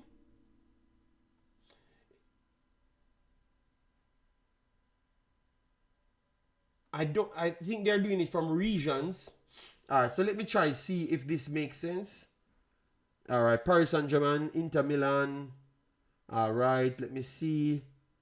All right, second, let me see. All right, this might give you an understanding how people rank teams. Valencia. All right, it's Valencia. All right. So this might Toluca 97. All right. So this might give us an understanding.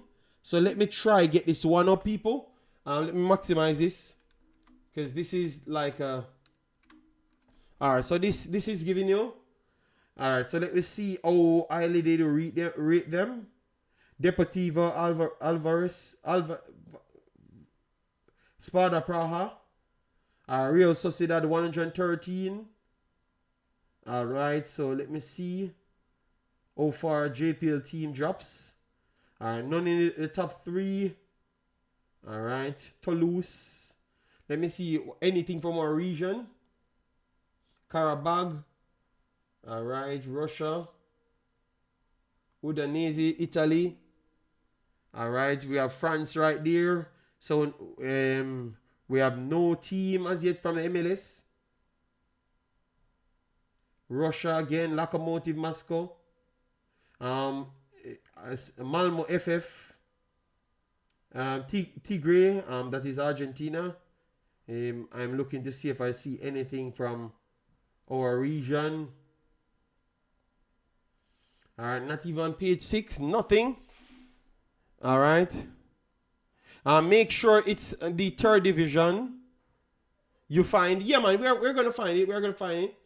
We saw Stoke City in England, 251. All right. So can I just put in a name? All right. Let me put in a name. Precision. No, let me put in precision. Let me put in precision first to get it here. So we can find which page it's on, and then we can put in the JPL teams to see. All right. All right. So precision. All right. Precision. Maybe they don't have FC, so let me put in precision. No result. All right. Let me put in a team. Cavalier. So let me put in Cavalier to see if we get anything. Cavaliers. World ranking for Cavaliers 1,131. All right. Continent ranking 77. Nation ranking 4th. Okay, so they have Cavaliers at 1,000 1,131 in the world. All right. So this is Cavaliers ranking, nation ranking, and everything. So this is Cavaliers current update. I'm gonna post that right there. All right. I'm gonna post that right there. So let me get precision. Precision now. Let me get back precision to see.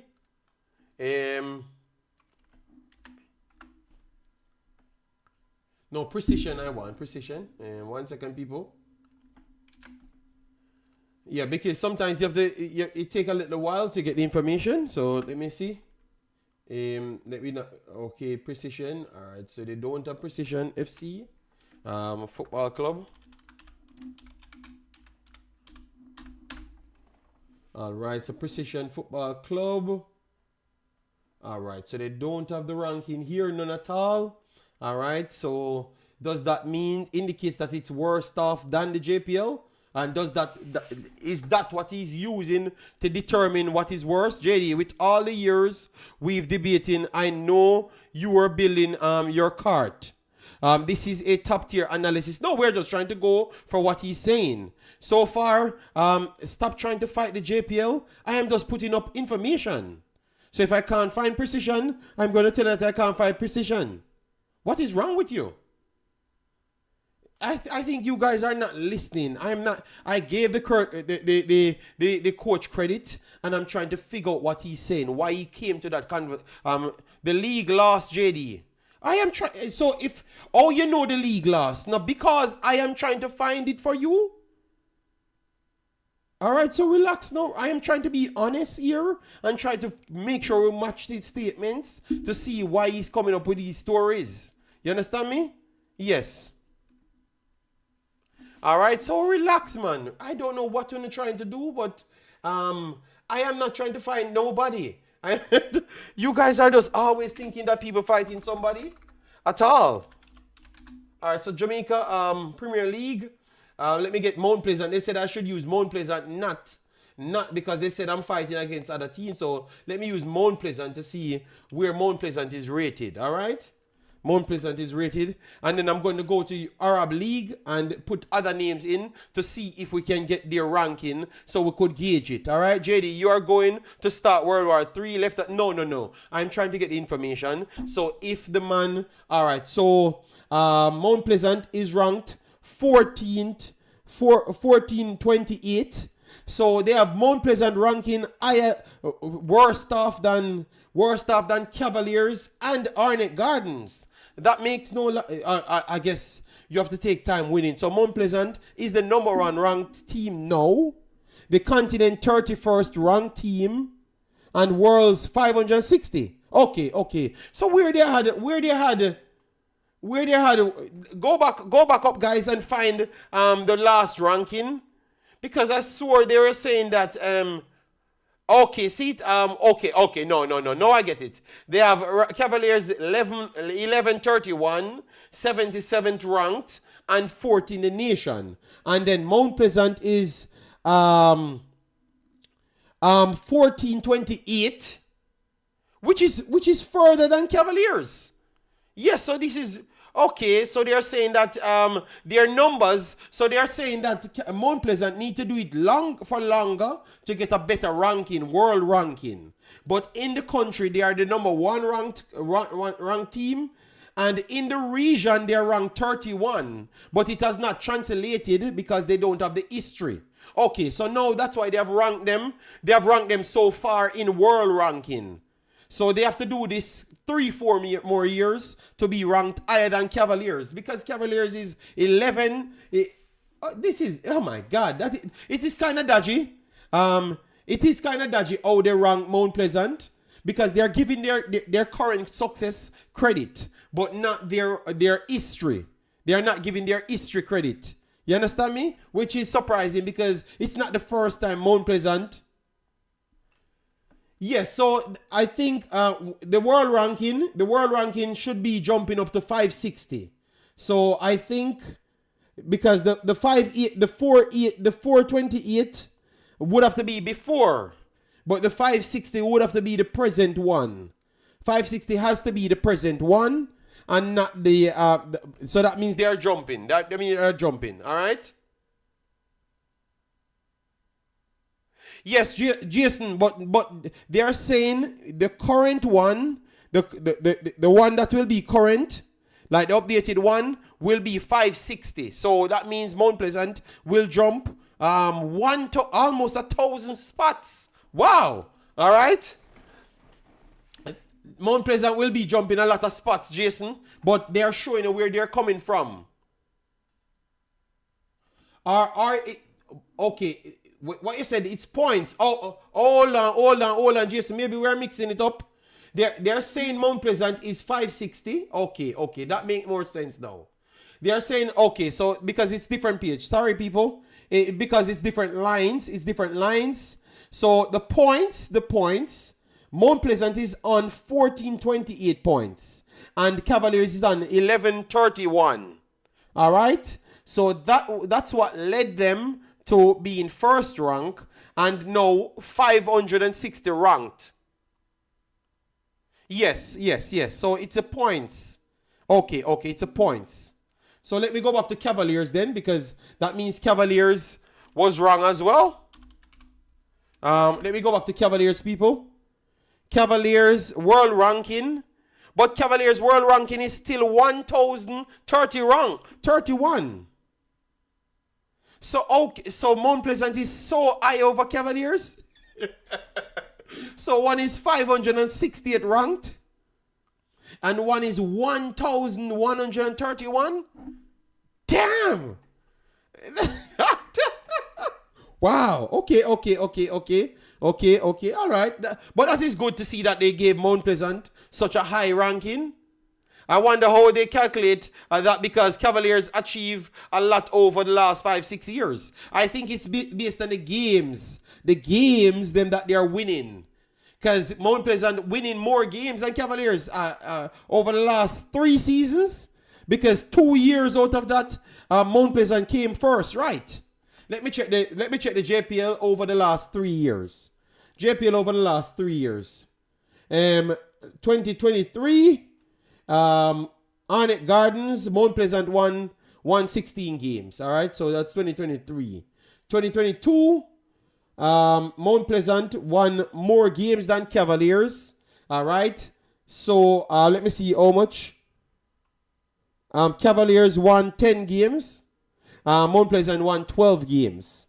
All right, so and then this year the gap is extremely bigger.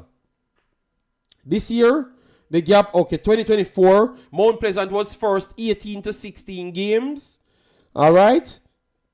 18 to 16 games. Okay, so it makes sense, people. Mount Pleasant is actually winning more games than Cavaliers. All right? Yes. Over the last 4 years, yes, they actually are winning more games. So it's not by accident why they are ranked so high.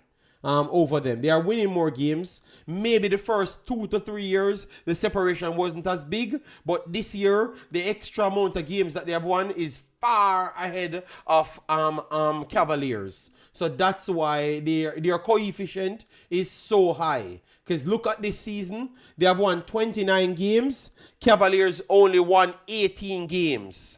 So 18 to 29, and over the last 3 years, they have beaten Cavaliers 2 times over that. Not in individual battles, because individual battles, Cavaliers might have won their individual battles.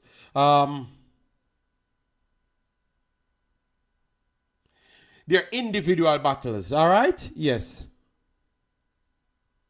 Yes, we are looking at the same ranking association, Big Boss. It is the same ranking association because we are looking at, Football Database Club for Cavaliers. And then when we go for Mount Pleasant, let me get Mount Pleasant here to show you because for some reason you don't want to believe.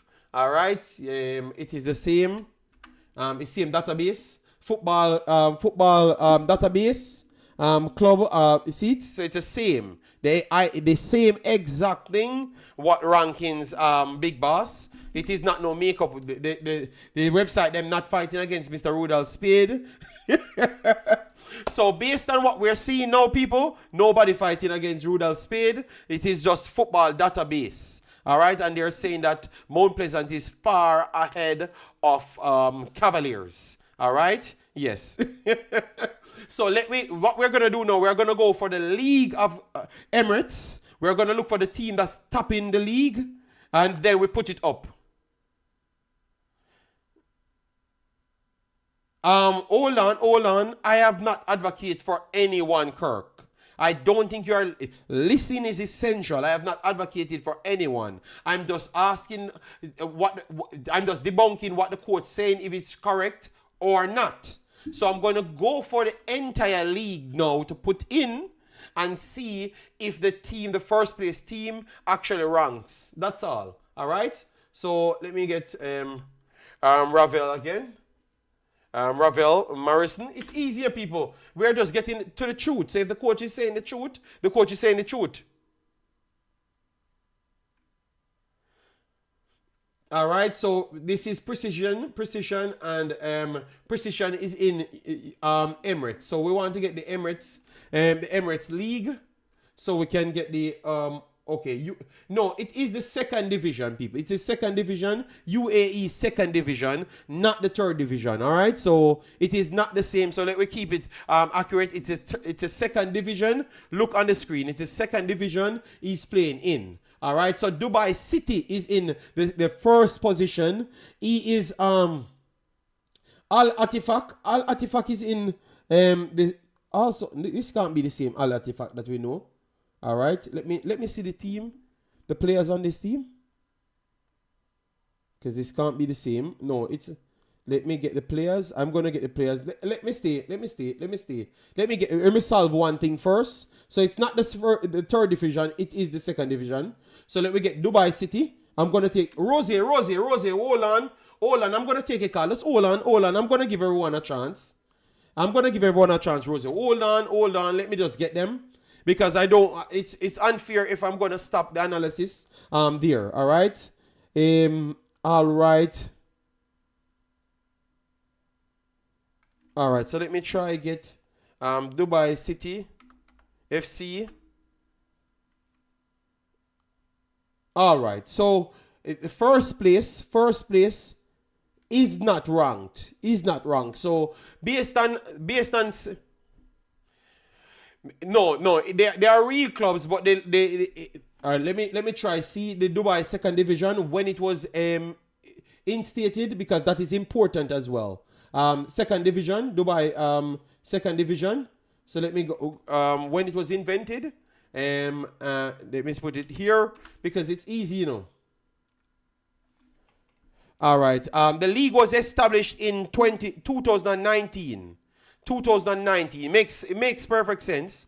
2019. So the league is literally 6 years old. It's going to be 6 years old now. But it's a second division. It's a second division. So people, you have to watch the league to say if the league is poorer than the JPL. So no, I'm trying to get to the conclusion. So the reason why it's not ranked as yet is the amount of years it's going on. But if you you put the first league, because remember the first league teams them. Let me go for. I'm going to take the call. CC, just give me a chance so I can set the stage. All right. So we're going to go for the first division, the first division, UAE first division. So these are the teams in the first division. So we're going to go for first division. So this is first division, the Pro League, all right? I'm going to put in this team and see how far they are. Because that tells you, that would have told you that how far off the next team is, all right? So let me put it right here. All right, so that is the first team. Let me see, no result again. No result again, people. All right. So far, in his statement of he can't get any information on the club, I think you want to say that it's accurate. It is accurate, but that doesn't give you the quality of the football there. Because their first rated league would have rated higher than the JPL. It would have rated higher than the JPL, as in like player quality that's going there and stuff. They would have rated it higher than JPL and leagues in our region. But for some reason, the data on them is very, very scarce. You understand me? So what the statement that the coach made would have been accurate towards the information that he could have acquired. So we hear that it's a higher rated league because we have Flemings and those dudes playing. All right. Flemings and those dudes playing in there, which Flemings was better than JPL from day one. All right. So two things could be true. And that you could say then that the coach need to go there, and would it worth its time for the coach to go there and watch the league? In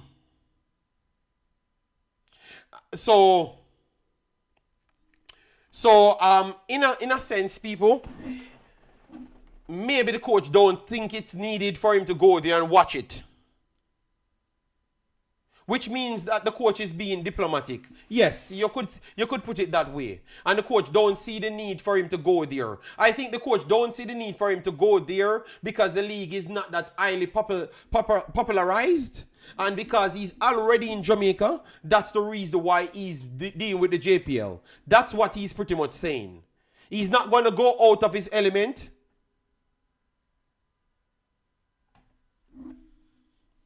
If it's the second division, it's named the second division, we are going to say it as it is. I am of view, Ravel is our best midfielder, but the truth is not on the level. All right. So what we're going to do, not even the first team. I am the first division, Jaja. No. Listen to me, people. I was just answering towards the man thing. But because I'm running out of time, I'm going to open the call-in. No, video is from the league. That statement that he's making, it's a lie. It's a flat-out lie. Video is available for the matches. I can just easily go on my Fire Stick and find the game. So that is not true. But JD, he is correct.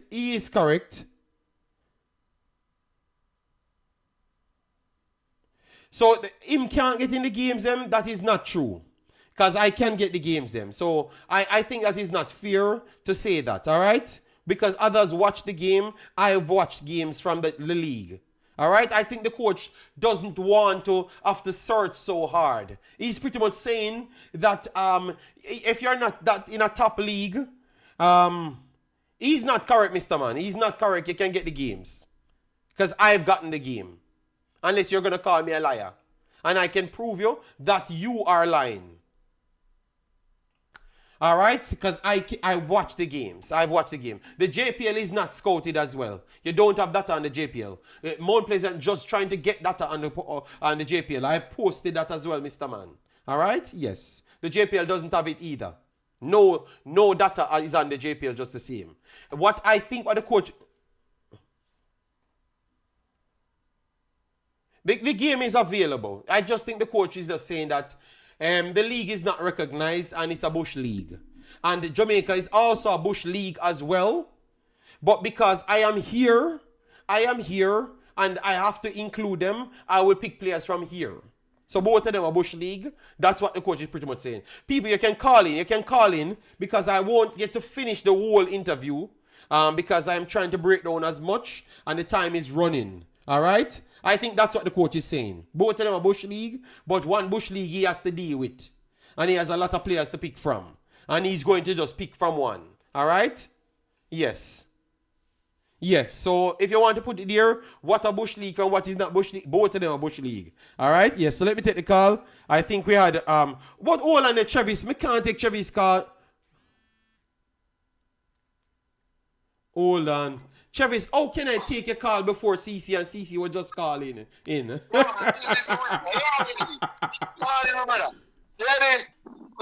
fight with no man about who in a squad now. I World Cup one. Yes. Ravel is a good player.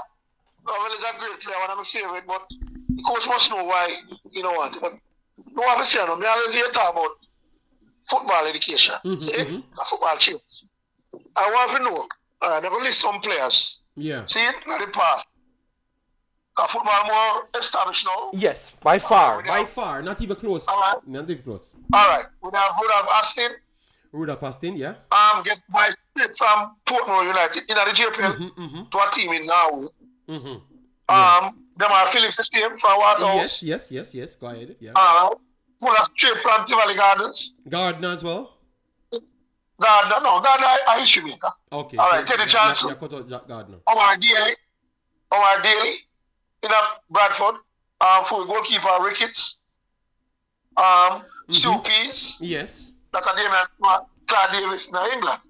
So what I'm going to say now, JD, those times when the coaches now know much like what them have used to determine. So me just know why people also know these players know where the league is much more better, more organized now in Jamaica by far. Yeah. In terms of when you look for the teams that were trained, the team them in a full we call it now training gears differently. Yes, more professional and more resources. Yeah, agreed.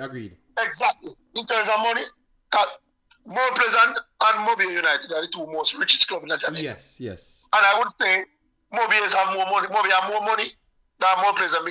To me, Mobile has more money than Mount Pleasant. Yeah, to me. Okay. In terms of the persons and the what do you call it? You know, the Jamaica Rosie, Travis, take a spot. But hold on, I'm gonna call him back right after. Let Travis. Travis is on a point. Let him finish.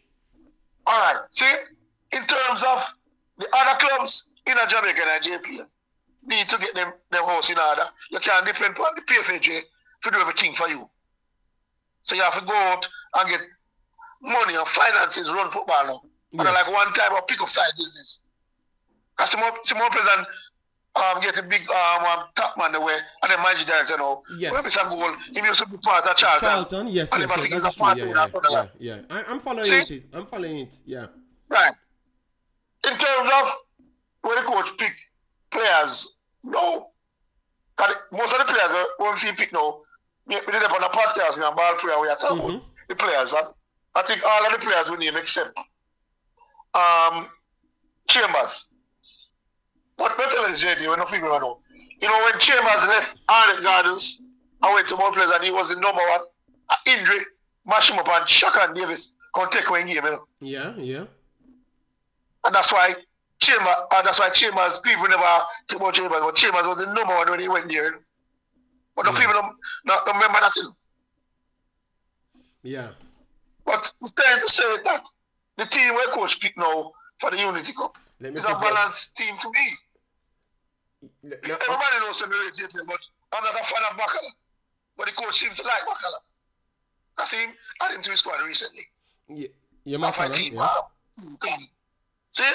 Yeah. We agree with people in our footballer, all we have a favorite when it comes to football players. So we're not going like when the coach pick a team after we play in the night. But at the end of the day, a Jamaica want to do well. Yeah, everybody I think want to be, but everybody have a different reason, have a different solution towards Jamaica doing well. That is true. Yeah, right. But them believe say by tearing down a car you them done this and that in a JPL. How that don't make sense with football? Who call them duns in a chat? In a chat them in a YouTube chat them. Okay, but Travis, the problem is we have to blame the coaches them who come to Jamaica because as you lay out everything, right? You lay out everything, but because Travis, every coach comes and said, because you say them have badges now and we can pay for everything and everything will come to Jamaica, which is true.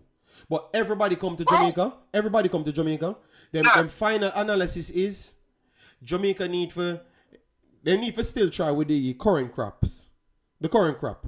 But what they need to do is to inject a big amount of money in the foundation. So for the next 10 to 15 years, those kids coming up have to be able to have the football education because they like the enthusiasm, behavior, and the drive and everything, and just look like they want to be the part. But they don't have the simple footballing education. That's what the coach literally said out of his mouth 2 days ago, So that's why I think people just go over the top and say them dunce in total. But not to them lacking the knowledge of football education, which every coach come and say them literally don't have the football education. They don't play 1-on-1, 2-on-2, 3-on-3 from them a 3-year-old. They don't do these things. So that's why it come complex and they drop off significant when their speed and them stuff they can't be effective anymore. Jerry, Yeah. I agree with you. You're not going to have in Jamaica, like in Europe, you have from 3-year-old. Yeah. In Jamaica, what we know, like most of the clubs, them in a Cassava, especially half of you, Yeah. them have them mini camps from small. I mean, people talk about Butler them, and Butler, Kingston Academy, Ballers, right. Mount Pleasant. Have been doing that Waterhouse and Yes. from Cassava. But you notice that how much you call? 3 people you call, you know. We have a whole country, you know. No man, listen up. No, JD, all of the teams that in the Cassava have from that level go straight up to U20. Yeah. I've seen a team. So I tell you that. So how much competition you have and when have these competitions started? Because remember, you know, when me come here, you know. Normally the competition in Cassava started this summer. Because the Waterhouse team gone into Miami one camp for U13 and U15. They just play out about 2 days ago. Very good. Well. So me I say, Yeah, go ahead. So, but that's what the coach has said, Travis. Because me come from Jamaica, you know. So, but me just know they are Jamaica for the last 10 years. So, me don't know 10 to 12, 13 years, me don't know a go on. But when me did here, Harbourview was one. Portmore United, you have U21s. Harbourview go down to U13. Them start of all 13, 12, 10. Portmore never had that because Portmore was from U7, U8, U9. I will fully believe that.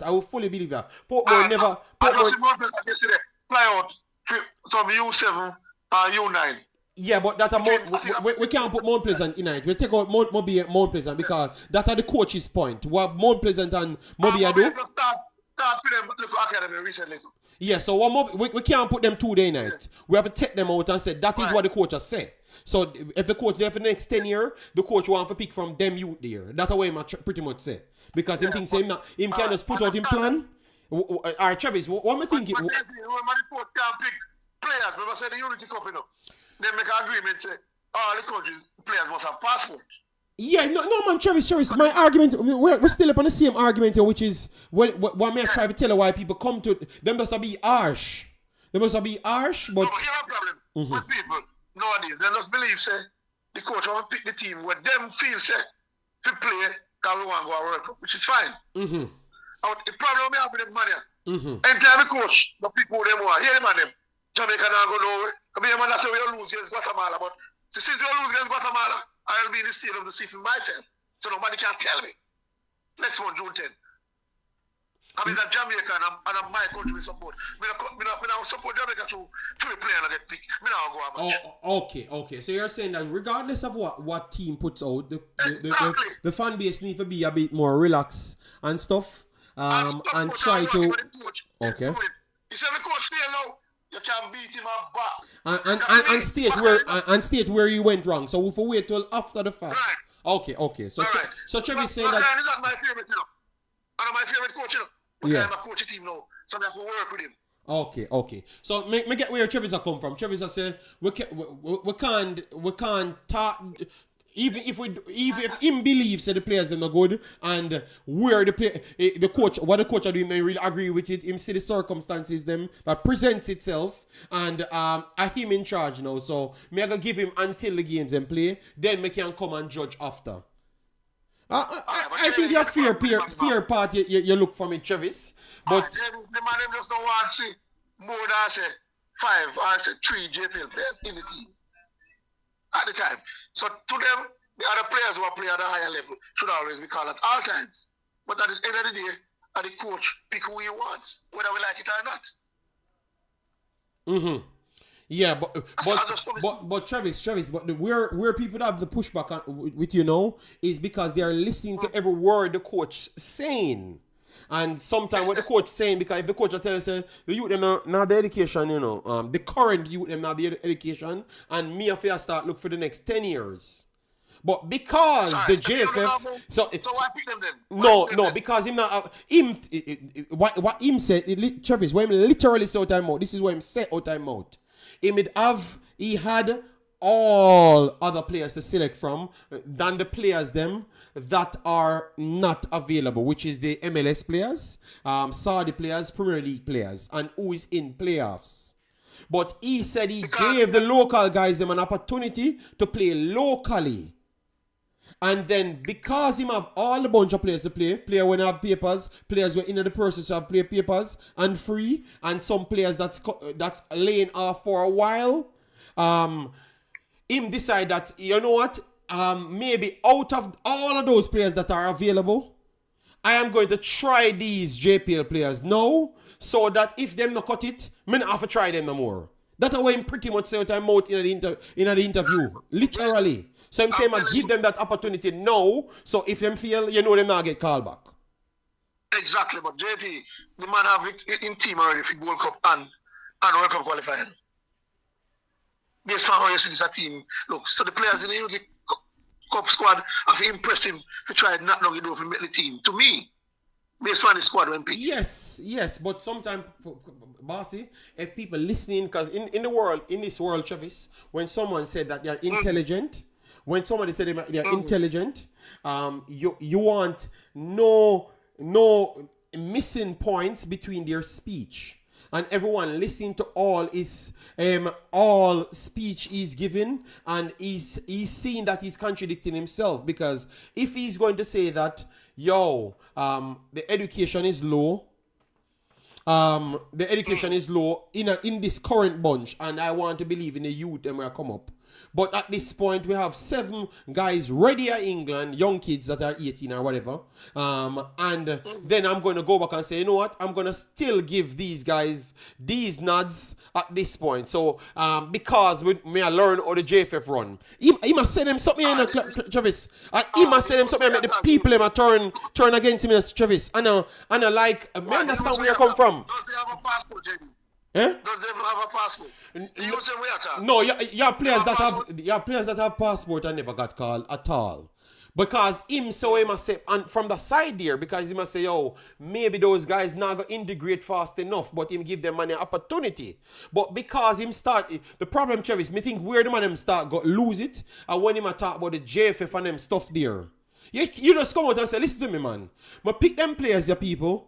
Me know them have certain ability as yet, but me still I gotta try work with them, because I think that they're in the system, so me gotta give them the final shot to see if them can impress me. Going forward, if them not impress me, or whoever out of the bunch they impress me, them can come back and then me gotta move on to the other guys when me know a professional already and know that them learn from 3 years old already. If he say that, everybody would have be okay. But when him start talking about him and learn how the JFF do things, and then him have to pick this and him have to pick that, it just sounds like somebody help you pick the team.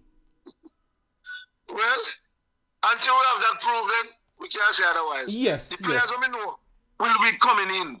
So names will talk for you. We are looking about them papers. You say when them players they come with team, I'm more headache on.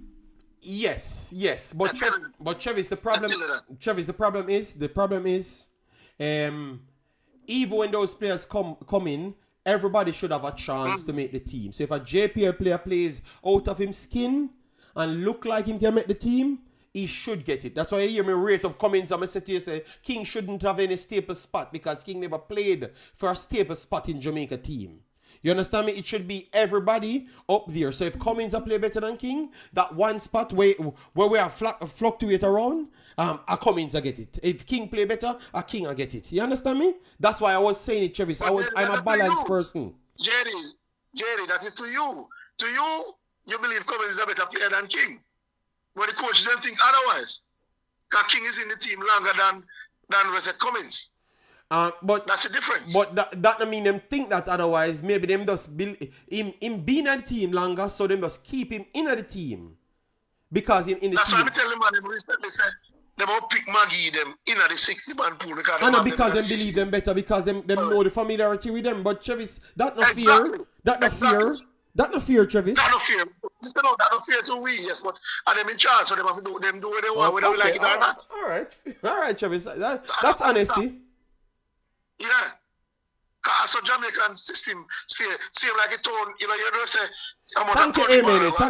I realize I made a slip up there responding to the commenter. No, it's just Amen. As Mr. JD, a World Cup more ago, Unity Cup games, I'm going to watch them, yes, but June 10, I'll be in the stadium supporting Jamaica.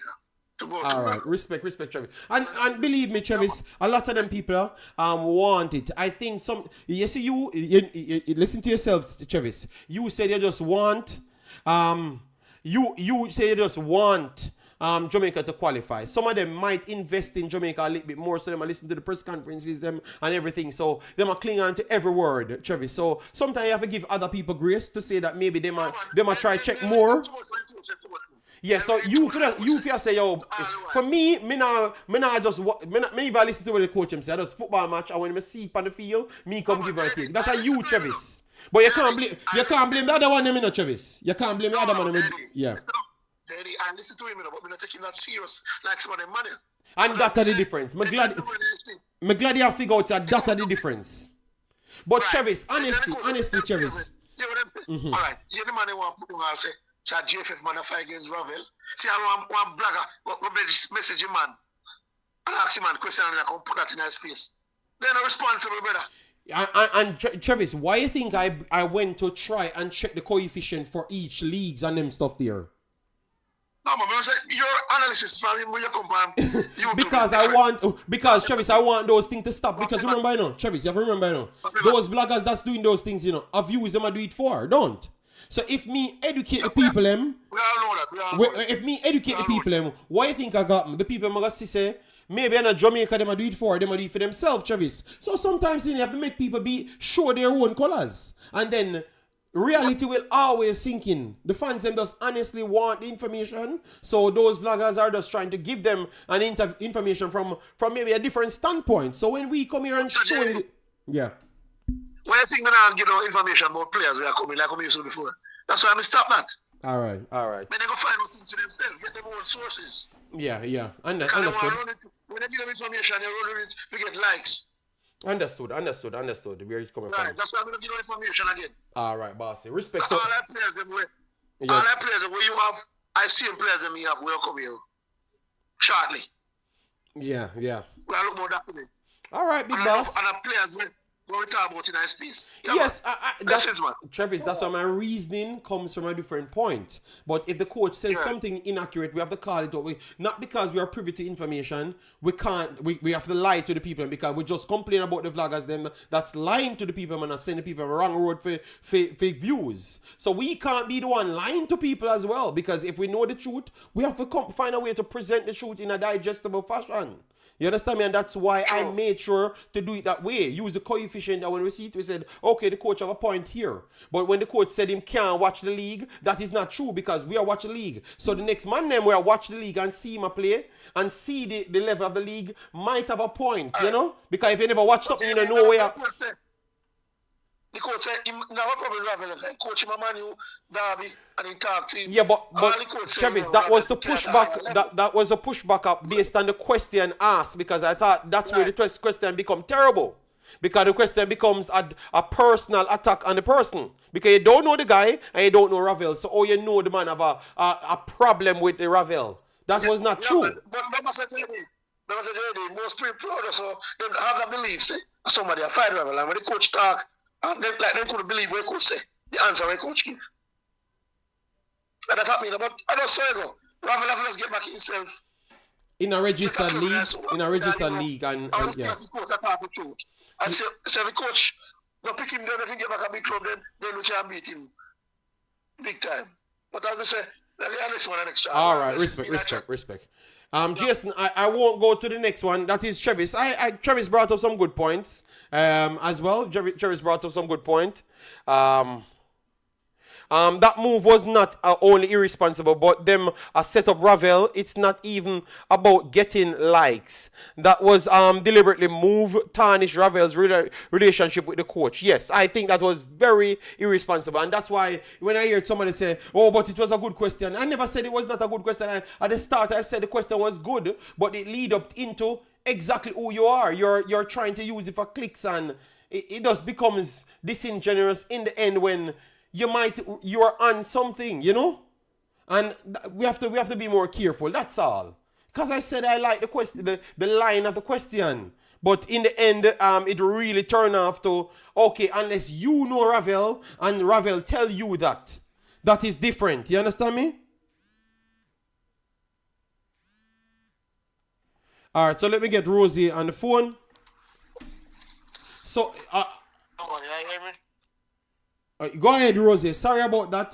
The man calling when I was about to call you. No, man, it's good. All right. No, yes. man, it's good, man. Are you sure you're running a JD? Yes, So me if know. me call and me can't get through. Me just can't get through, as I said. All right, big boss. All right.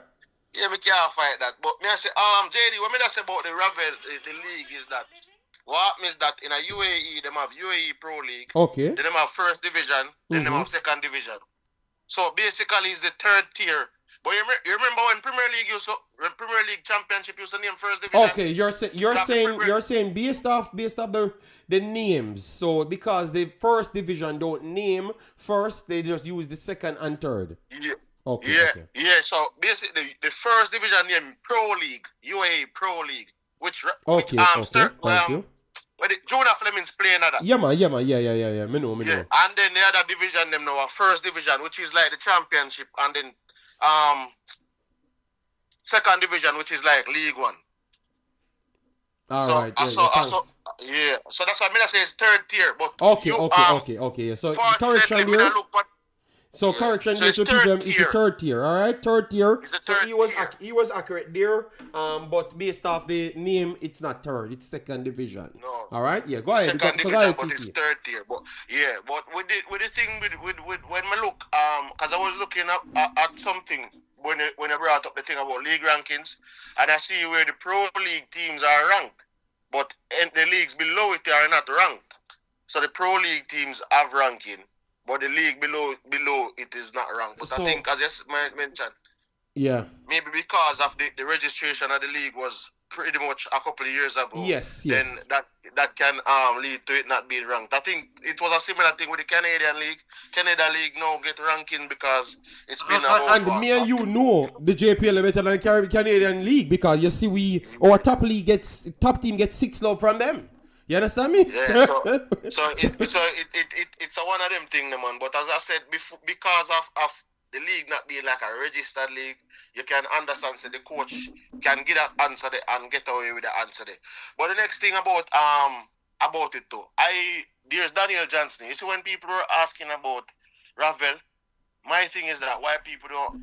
I'm not telling people what to ask because I was there, put up my hand, when I get a chance to ask. Say the boss something style, easy.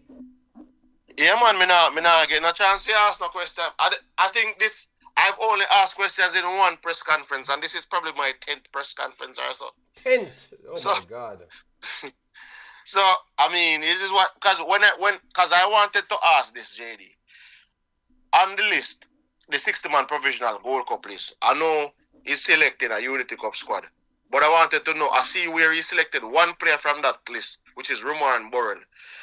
My question was to him: players that you have named, how far are they in the process of acquiring the necessary documents to represent the team? Because if it is that you're going to say, and I want to know if some of the people them have it, I must say how far are they in the process, and if some of them have their passport, why is it that they weren't selected? That is what I'm asking, because I say Louis Baker, I see you the name Dimitri Mitchell. I think Mitchell I look for one club now because him the exit. I think this is him last season. Louis Baker, Mitchell, Mothersill, right? And I'm saying Mothersill was on the island. Obviously, based on the coach's answers, Mothersill came here to look about his passport. Yes, because I think they're saying it's a 2-day process if you come to Jamaica. Yes, but basically that's what the coach said. I told you that, so that means he's coming direct from the player. Yeah. So Mothersill, so he's not lying. Louis Baker. So Louis Baker as well was on the island to look about his passport. I don't know when him forward, but he mean come for the island. That is what the coach say. And what the coach say, me I say still. Yes, so but he's right on Mothersill. I'm not sure about Louis Baker. Yeah. So if Mothersill was here and he looked about his passport and it was 2 days, that means Mothersill have his passport. Yeah. So basically that's what. Okay. Basically that's what. Yeah, if he must say it's a 2-day process, that means Mothersill has his passport because he was here. And I'm sure he would have left with his passport. He would have left before him get his passport. I'm not sure the 2-day process there is exactly as what I'm telling you. All right? So, don't hold on at Jamaica, CC. Don't hold on, say them left with them passport. CC, Because I'm almost certain maybe they never left with their passport, but yes, their passport was in, and it's in a faster process than if they sent it from overseas, like what I did, and 2 years later I still don't have my passport and I'm a born damn Jamaican. Them scam me. Yeah. You know? I don't think, let me tell you, but JD, I think it's easier to deal with the passport than come to Jamaica. And let me tell you, even when I remember dealing with my father's passport, and the people when I go for collect it, they must say I can't collect it because of my father's passport and some of that thing. So I have to get my father because my father if go away, I have to get my father to come and bring him up there and make him collect the passport. You understand what I say? Okay. And my father, we don't let my father born in a different country. So I realize the process is an in-person process, JD. Hold on, truth is truth. I say yes, you can get a passport in 2 days. Truth is truth. Money is not no problem to them, man. Some of them money value more than $1 billion Jamaican dollars. So I don't know what money can be a problem to them. I am telling you, when you weren't born here, when you walk there, you weren't born there. Truth is truth. I am telling you. That 2-day thing that they told you, they're going to tell you that, okay, maybe 2 things here, and they need to go and rectify your grandmother or your grandparents or your mother because your mother left this time. So the 2-day will take 1 week. I am telling you, just please, don't just say them have to get the passport on the 2 days because that is not the truth. All right? Yeah, that's why I said. No, truth is truth. Your doc can be good, but them will verify everything a lot more longer when you weren't born there. I'm just telling you, truth is truth. Even when you present everything, because it's the reason why they know your grandmother and know your auntie and uncle is because you presented the facts, but they want to verify it 15 times, so the 2 days don't work anymore. So that's what I'm saying. So don't think that because they came, they got the passport, you know? Dockland, you can get a passport in 2 days, but not everybody can get a passport in 2 days. I'm telling you, brother. All I'm telling you, your mother and father could have born there, and them say them have to find your grandmother, a problem, all right? Yes. Let me tell you why the problem to JD is that I think the systems are not linked, because I think you have the registrar. Remember, say you have the registrar general, you know, and then you have PICA. PICA is the one who deal with the passport. The registrar is the one dealing with the citizenship. Because remember, you have to get the citizenship, then you get the passport. My problem is this, JD. If you get the citizenship already, the passport shouldn't take more than 2 days. Because if you get the citizenship, that means that everything should be all right. Yes, that's true. RGD would have already done an extensive check. If you say JD actually have one grandmother, when it born in Jamaica, run a Twickenham, yes, facts. When them Jubilee Hospital or whatever hospital, so they would have already done that extensive check, and you would have gotten a birth certificate. Yeah. As a matter of fact, you have to get a certificate.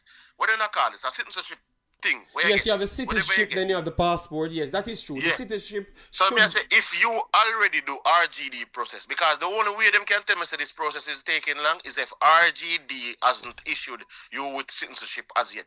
Once RGD give you a citizenship, you just present a citizenship document, apply for the thing, because I don't think you need to present nothing to PICA more than your citizenship document. Okay. Because look at the JD. Why would you need to present to PICA your grandmother's birth certificate when you would have already give RGD your grandmother's birth certificate? So the thing is, can you just go to Jamaica and get it? So you can present so for instance, so some of them can present their mother's passport and then get a Jamaican passport on it. No, that's what I was saying. Your mother.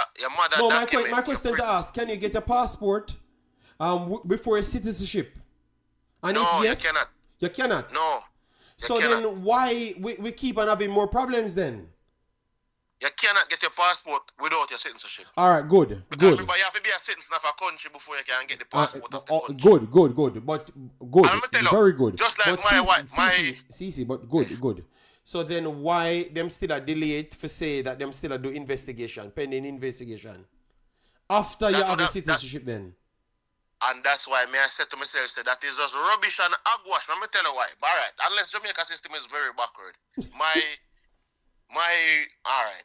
I don't want to bring it personal, but my wife, she got her citizenship, different country. And she something there, JD. When she get her citizenship, she get her passport like a week later. Because she just apply for her passport. So she are more Jamaican than me. Well, I mean, I tell you. No, I'm just... No, Jamaica, me talking a different country. Oh, in a different country. Okay. I mean, yes, I wonder how she just come from a different country, come to Jamaica, come get things and me born in Jamaica and can't get nothing and me have bad up people. Me have slander them on the internet. I'm going to show you something then. I'm going to put it in next example. My co-worker is a Canadian and her son is a Canadian. No, she's a Jamaican, her son is a Canadian, right? And she brought her son because she never have a Jamaican passport. So when she got, for a while she never have a Jamaican passport, I guess she did overseas. She got her son's passport within a week, like, because all she did was get her son the citizenship and then go get the passport. So she went and got her passport along with her son's passport, but she had to use her birth certificate to get her son's, to prove that her son it's her son. So her Canadian son got his citizenship and then got his passport. As a matter of fact, this week, me and her talk about it. So what if both of them, when Mother Salem came in, they brought all the documents in from their mother and father, which are Jamaican. Yeah. They sent in both of them at the same time. Maybe that's what's stalling everything. So, for instance, they pull up the passport form and saying the citizenship pending, and present all the information and just send everything. And they can't wait for the whole of them days there because the citizenship are going to take longer than the actual passport. What if that's the problem? I think maybe that can be the problem, JD. And no make nobody, like a lot of people talk, say you can get passport without citizenship. Or must you get a passport saying you're a Jamaican and you don't have a citizenship saying you're a Jamaican? Remember, you're a Jamaican, yes, but you don't. The citizenship is the naturalization. Remember, you have to get the naturalization. As a matter of fact, JD, me ask you this. Can you get a passport in Belgium without being a naturalized Belgian? No, you have to be a naturalized Belgian, yeah. Exactly, so why would the process be But I have a passport. I have a passport from Belgium. I have a passport from Belgium, But you're right. I never said any anthem though, like Blake. So me not sell out nowhere. So them probably not have said the anthem, but you have to go get your naturalized. Yes, you have to naturalize. You have to naturalize. I don't know why people are gonna say you can't get passport. Like Danny Dread would I say you can't get passport without citizenship. Me don't know sometimes the man them live in a country, I don't understand if they feel like in America you cannot be CC, me I tell you say, CC, me I gonna say this publicly. Me don't know what is possible in Jamaica. Because me a drive, me learn to drive. And me never drive for your license. A man tell me say, brother no care, you can't drive, you now get this. You have to give me that money here. And me I say that publicly. Alright? Fit car. Me have my car very brand new. And the car never need for fit. And me have to pay the money for fit. Because the car come off a wharf. Let me speak, CC, because these are facts. These are facts. The car come off a wharf. The car brand new. And the man no want to test it. The man tell me say I have to pay him. Or else him I got skid the tire them and burn the rims them. You understand me? So, no tell me what is, brother, you don't need to have nothing if you have nothing in Jamaica. You just need if you have money. Alright, put it to you like this. You just need if you have money, people. Remember, say JD, put it to you like this. You can't get a license and you're not drive at Jamaica. Yes, we know them things that can happen. You see me? You can't get your fitness and you know, I can't dip on never see your vehicle. We know that can happen. Me get my fitness, but me drive up on the thing, and the man him inspect my vehicle, and them drive my vehicle and go on all kind of thing with the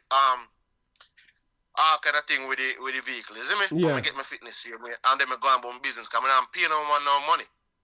Give me my fitness. Me pay the government well, money. CC, your tire, them a go ball. You have to buy 4 tire. When you done, it a go cost you 60,000. No, man, you know, say not drive my vehicle so hard, can make sure tell the man, say, brother, anything happen to my vehicle, and remember me telling them, say, last week, when I forgot buy me back a brand new vehicle.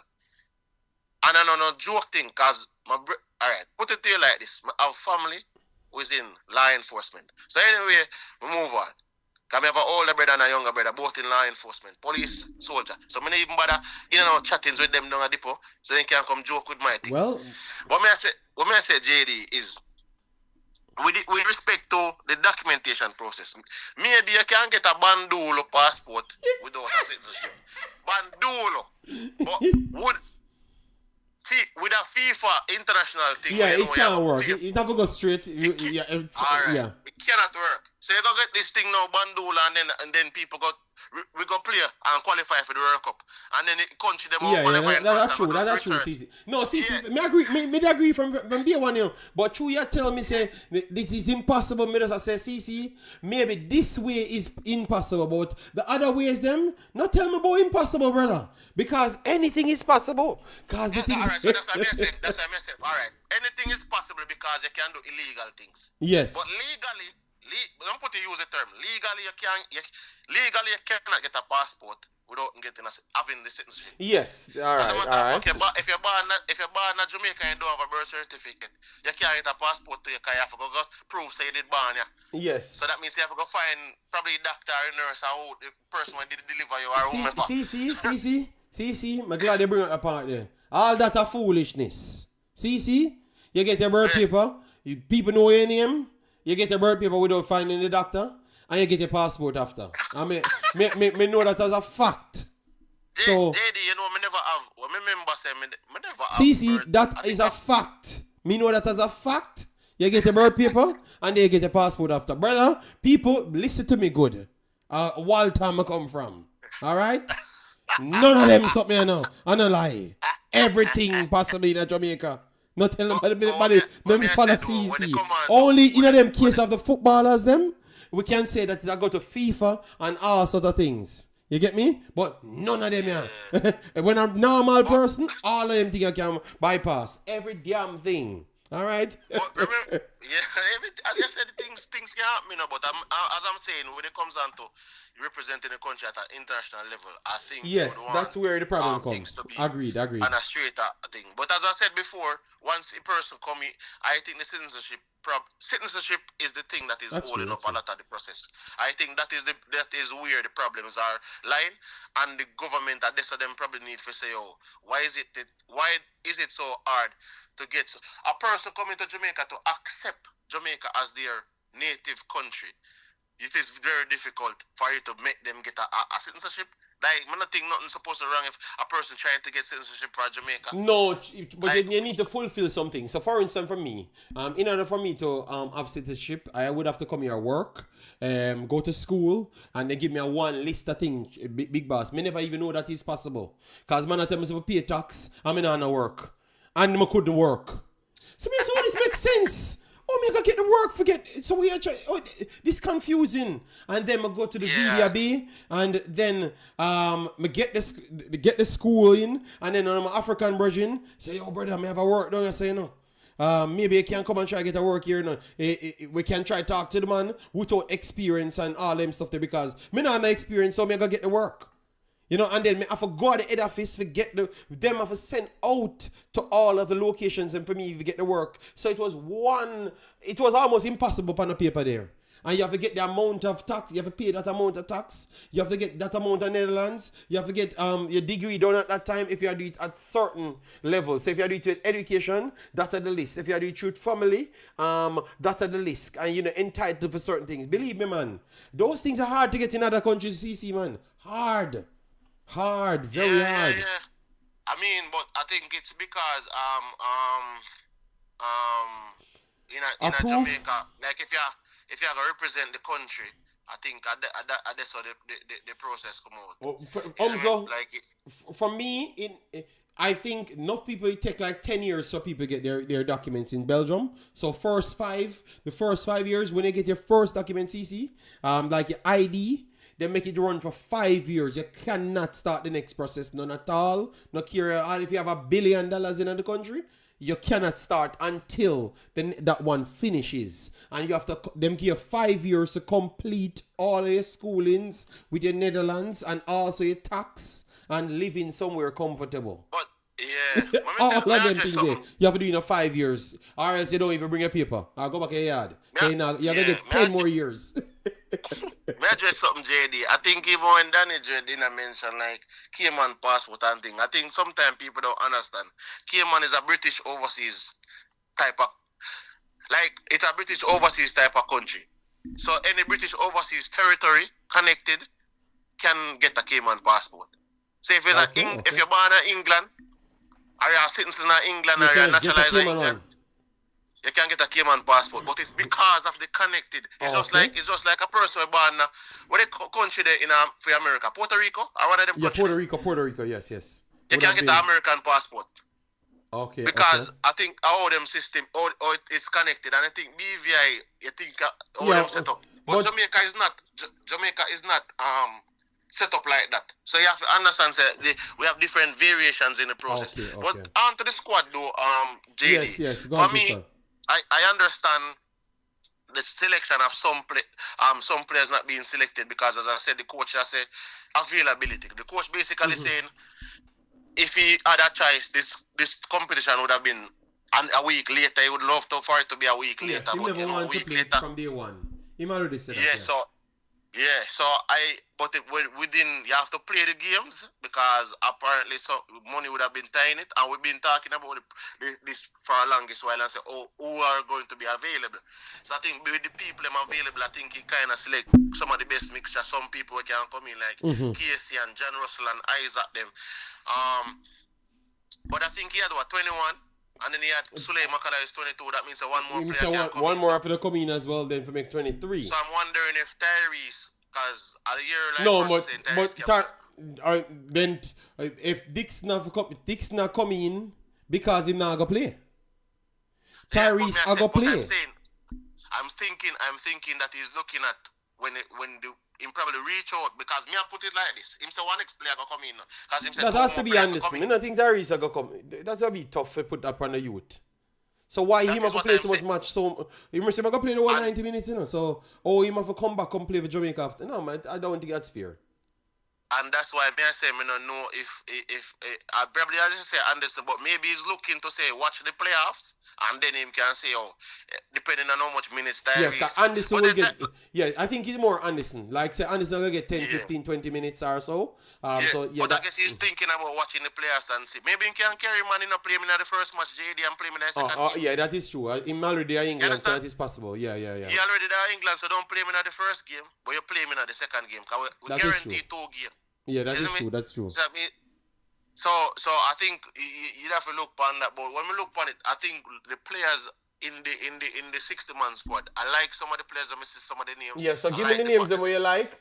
Give me names that you like. I like the Mothersill name as you. In the 60. In the 60. Extensive. In the 60. Yeah. But I'm saying, the fact that he was on the island, I'm thinking positively. Say, documents in and are the documents in process to be in and by the time the World Cup qualifiers come around. So I'm thinking ahead and say by June 7th we should see Madasil in the team because I think it would give a great boost to the team based on his performances this season. Yes. And he's just going up because remember he's not reached peak age yet. He's basically just going up. Yes. And I think he's taking a tremendous step above last season. Man. You can't jump from 75th to 4th, no, to 2nd in contribution, and that is not a trip. That's insane.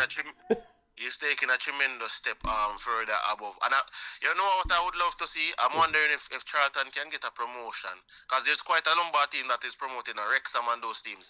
I'm wondering if come next season you might be seeing Mothersill at a Wrexham or a Charlton. The club said them not sell him, you know. People come in already and them said nah sell him. Don't care what him say. Them say must stay one more season. May I tell you what them say? No, me bring a paper and show you. And me that whole a reason with individual the boss would not think like you CC, but if you're contractually bound, you give people your word and them give you a chance. You have to be fair back to them, CC.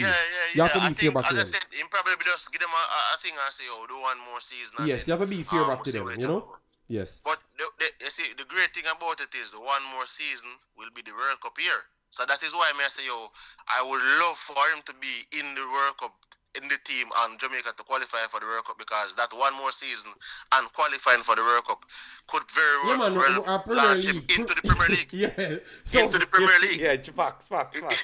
Yeah, so it's not even like looking at the championship anymore because at that point in time, teams would probably be qualifying for the Premier League and need reinforcement. And depending on his performances, it could elevate him into the Premier League. So I can understand this season you're not necessarily moving and just staying in your familiarity or staying in that zone and continuous improvement. CC remember him have him family and have him mother and father there, and you know, them talk to him mother and father.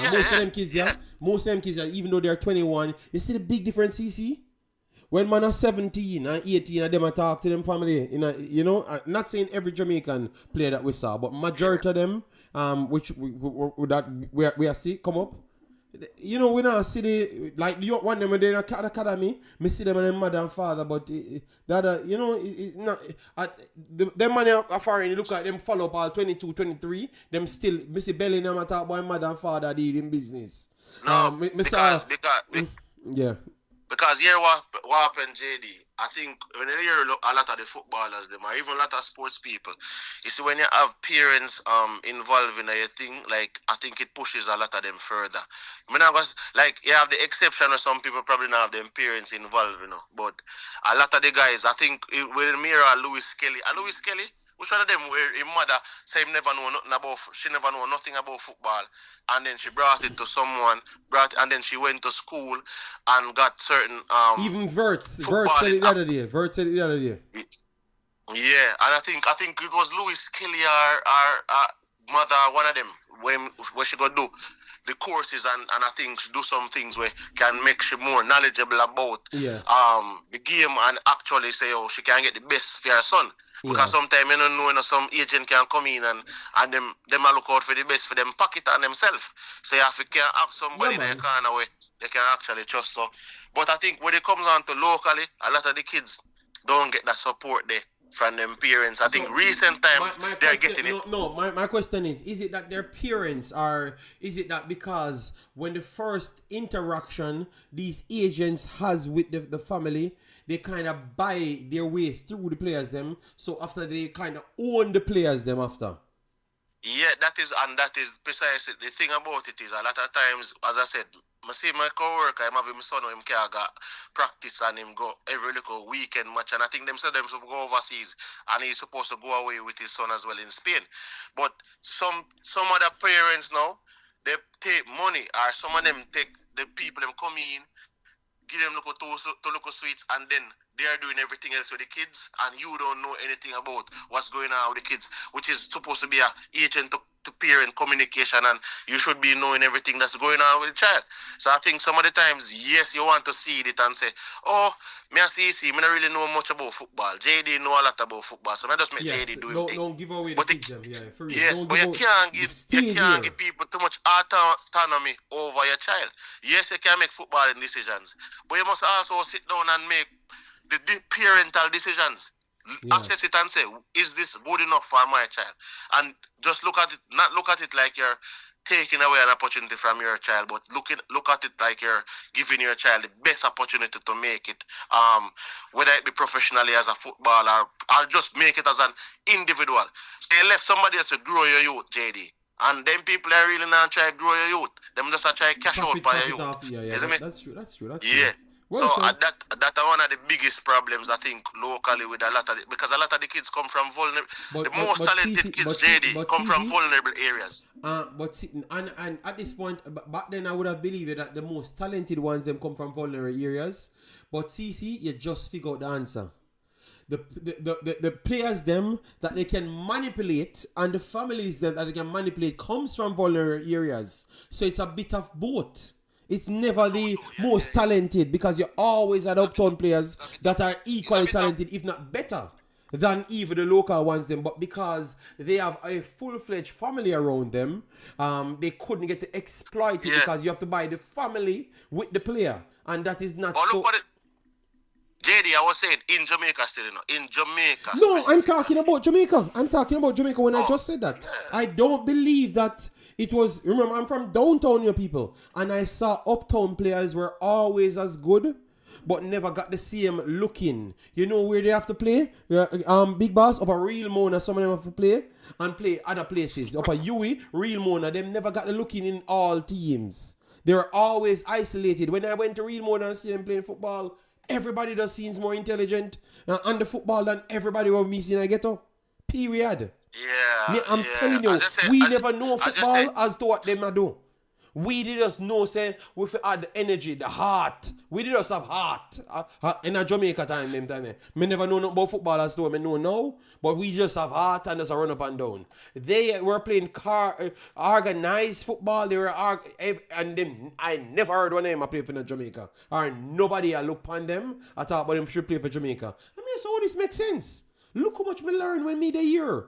We didn't even take up book and me play around 3 different seasons in a clubs. I never take up one blackboard work. And then man up here and literally I teach science to kids on the football field, but none of them can make the national team. So I think around 2008, I start figure that out. Because I think a lot of the uptown kids, when they want to learn football, their parents invest in getting certain type of training, and they will invest in getting the requisite things. So when them up there start deal with them thing and them learn the game, a way to get a look at.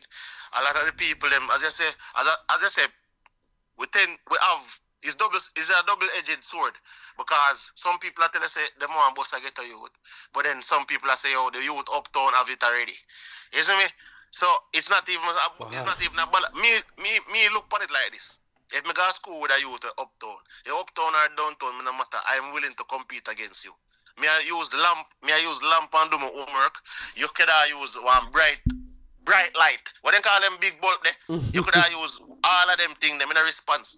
Me come to compete against you, and we are competing. Yes. We have the same exposure. We in the same class, and like you can't go champion and me can't go champion. You can't stop me from going campaign because you don't want a spot in high school. So me can be able to go to in the same institution with you and compete and see, and then the best person win out. But that's, as you said, JD, a lot of people don't like competition. So it's like if you bring some of the people and come. Let me show you. I give you a prime example. When I left high school, I wasn't working, and I went on a site to mix, concrete, do a labor work. Yeah, man. And the man run me. Yeah. The man run me off my site. And say, yo, a dunce man work this. And me a youth to go Mcclaren and college, and I come and say, like, I want to come take them work. And a dunce man work this and wait. Brother, oh, you tell me say a dunce man work. Work is for people so that have no work. Building a house is a dunce man work. Oh, my God. So the architect draw the house. No, I'm talking about the labor part. No, but the architect draw the house. If he never know what he could have do, what should be done? So you think him learn that? Oh my God! All people think like that. The man they run me off my site, JD. I say, oh. And that example we just used, if you keep honesty, that is what we apply in almost every single area. We have poor people in it. We have to be honest. Now we are from poor people. Always isolate the people that's slightly more educated, but still poor as themselves. They expect you to just automatically be on the next side and don't be a part of them, which is very mad. Yes. Which is very mad. And listen, may I tell you, say, you have people them tell you, like, me come in an environment and people tell me, say, yo, me I speak above them. And I'm like, bro, like, don't even go there, so CC. We said that and people diss me the last time, and I'm say, man, box me in the head back because me I try to speak English when me just learn that damn school. And when I come out of there, man, I box me, I'm saying, kill me that. No, but look at it like this. Me I say to myself, say, bro, man, hold your back in this, yo, CC. Please, just finish up, CC, because I can't bother with them PTSD moment there. Me not even go back in PTSD moment, because I'm going to kill all the boys in Jamaica. Let me leave Yo, I don't know, like, that, and that is why a lot of persons, them really not elevated, because them surround themselves with people of like-minded. You know, surround yourself with people of a greater mind or greater experience than yourself. That is what I have done during. You see, me down one workplace, I realize, yo, you know, me look like me the smartest person here. JD, me feel like me gonna leave and go to somewhere else where me can learn. If me not learning, me not moving, and if me not moving, me stagnant. I mean, not depend that. But with regards to the team, as I said before, pretty much, me not really have much problem with the team more than you'd have the players that had the documents, and I think those players, if they don't have the documents, we can understand that not coming in. But Louis Baker because Mothersill, I'm going to look at Roman Borrell and see him looking at Unity Cup. You like him. He plays like Jamaica side forwards, but obviously, I think going into the World Cup qualifiers, all 7 of these players, if them available, fit and ready, I think if them have them documents, should be in the team, because at this point in time, I don't think we can skimp on the talent. We can't. There's no reason. The reason why we recruited these players is because we don't have these type of players. So if we don't have this type on this level of player, then we recruit the player to put them in the team. We're not recruiting them just to sit and to just look at them just like that. We don't. Or you look at a player when a player comes in a squad and he gets the opportunity to play.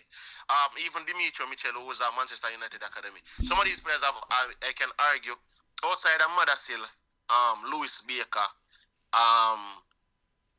Tyrese Hall and Tyrese Campbell. I haven't seen Gennaro Johnson play. I haven't seen him play. I have to go look and watch a 90-minute game with him to see.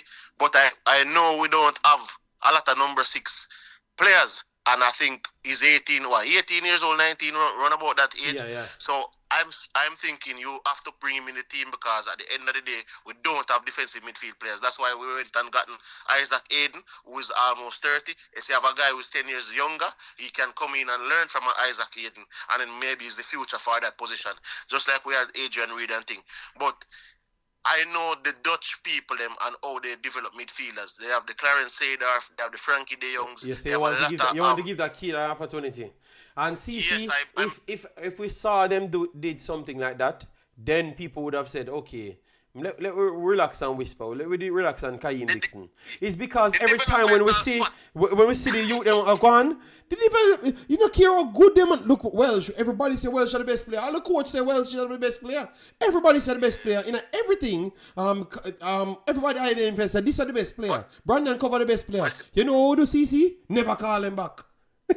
And then say, me put Adrian Reed in a Welsh position. Me put what the next one will come from Harborview, where did the case America. Wait me again. And in their Mount Pleasant now, right? Listen, may I tell you the youth? CC, me I try to show people say and a lie me I tell. So angling. So everybody outperform everybody. I identify them that good, but say you know what? The next man we worse than you, we are gonna pick them.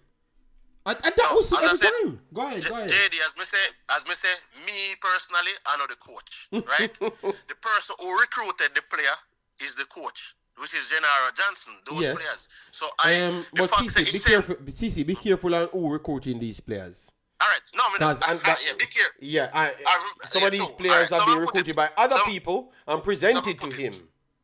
The coach was presented with a player named Gennaro Johnson and a couple other players, right?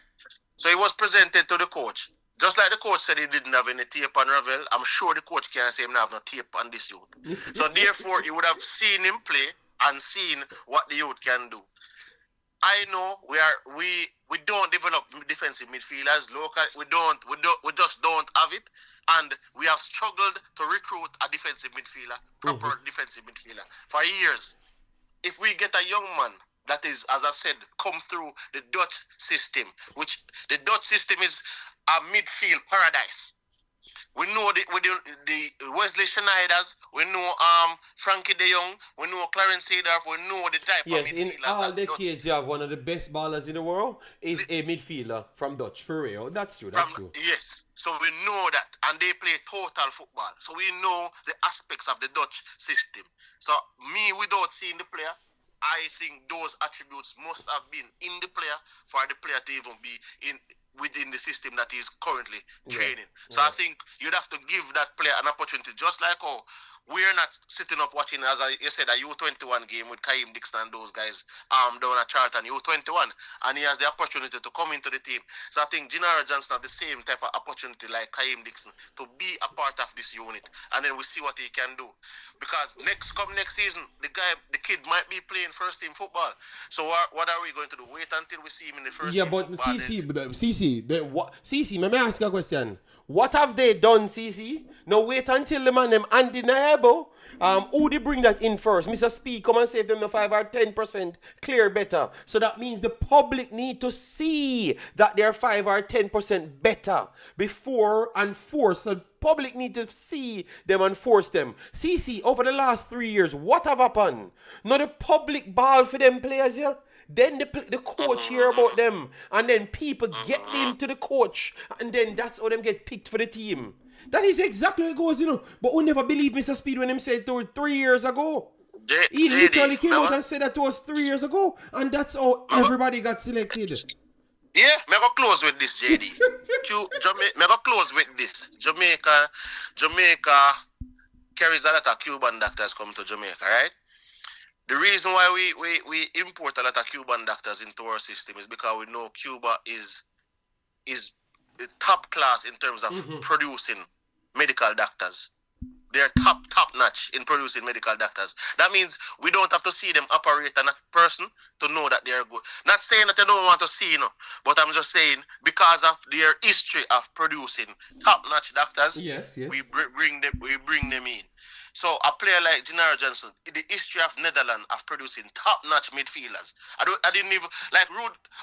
But CC, you don't even have to say that CC, you have mandate for make Tottenham first team. Obviously, Tottenham first team are really good in England, according to me, but them better than everybody else. No, but Tottenham has, I think, the best facility in England right now. Yeah, they have one of the best facilities. Yeah, for you, that's true. The new facility where Tottenham have, it's not one of the best, JD. It's the best facility in England when I hear them talk. Maybe Man City them can rival them, but they have, if not the top 3 facilities. Yeah, no. I will still say Chelsea is the best academy in England. No, I wouldn't say academy. I'm not talking academy now. I was just saying in terms of the facility and the things. Oh, yeah, them stadium and them have. Yeah, them have big stadium. Them stadium, state of the art and everything. Yeah, that is true. But them not have no art in there. Them not have no art from Jamaica in there. Them now win a game. At 20 at game, them last year. Yeah, but as I said before, like we understand that the national team want to select people who are playing first team, but you have to also balance the thing with the fact that we are not like other countries who have the luxury of that is true. We don't have the luxury of England, Spain, Italy, France, Nigeria as well, because I have Nigeria squad on the team. Yes. Yeah, we don't have that type of luxury. So if we don't have that, our team is going to be on our team for the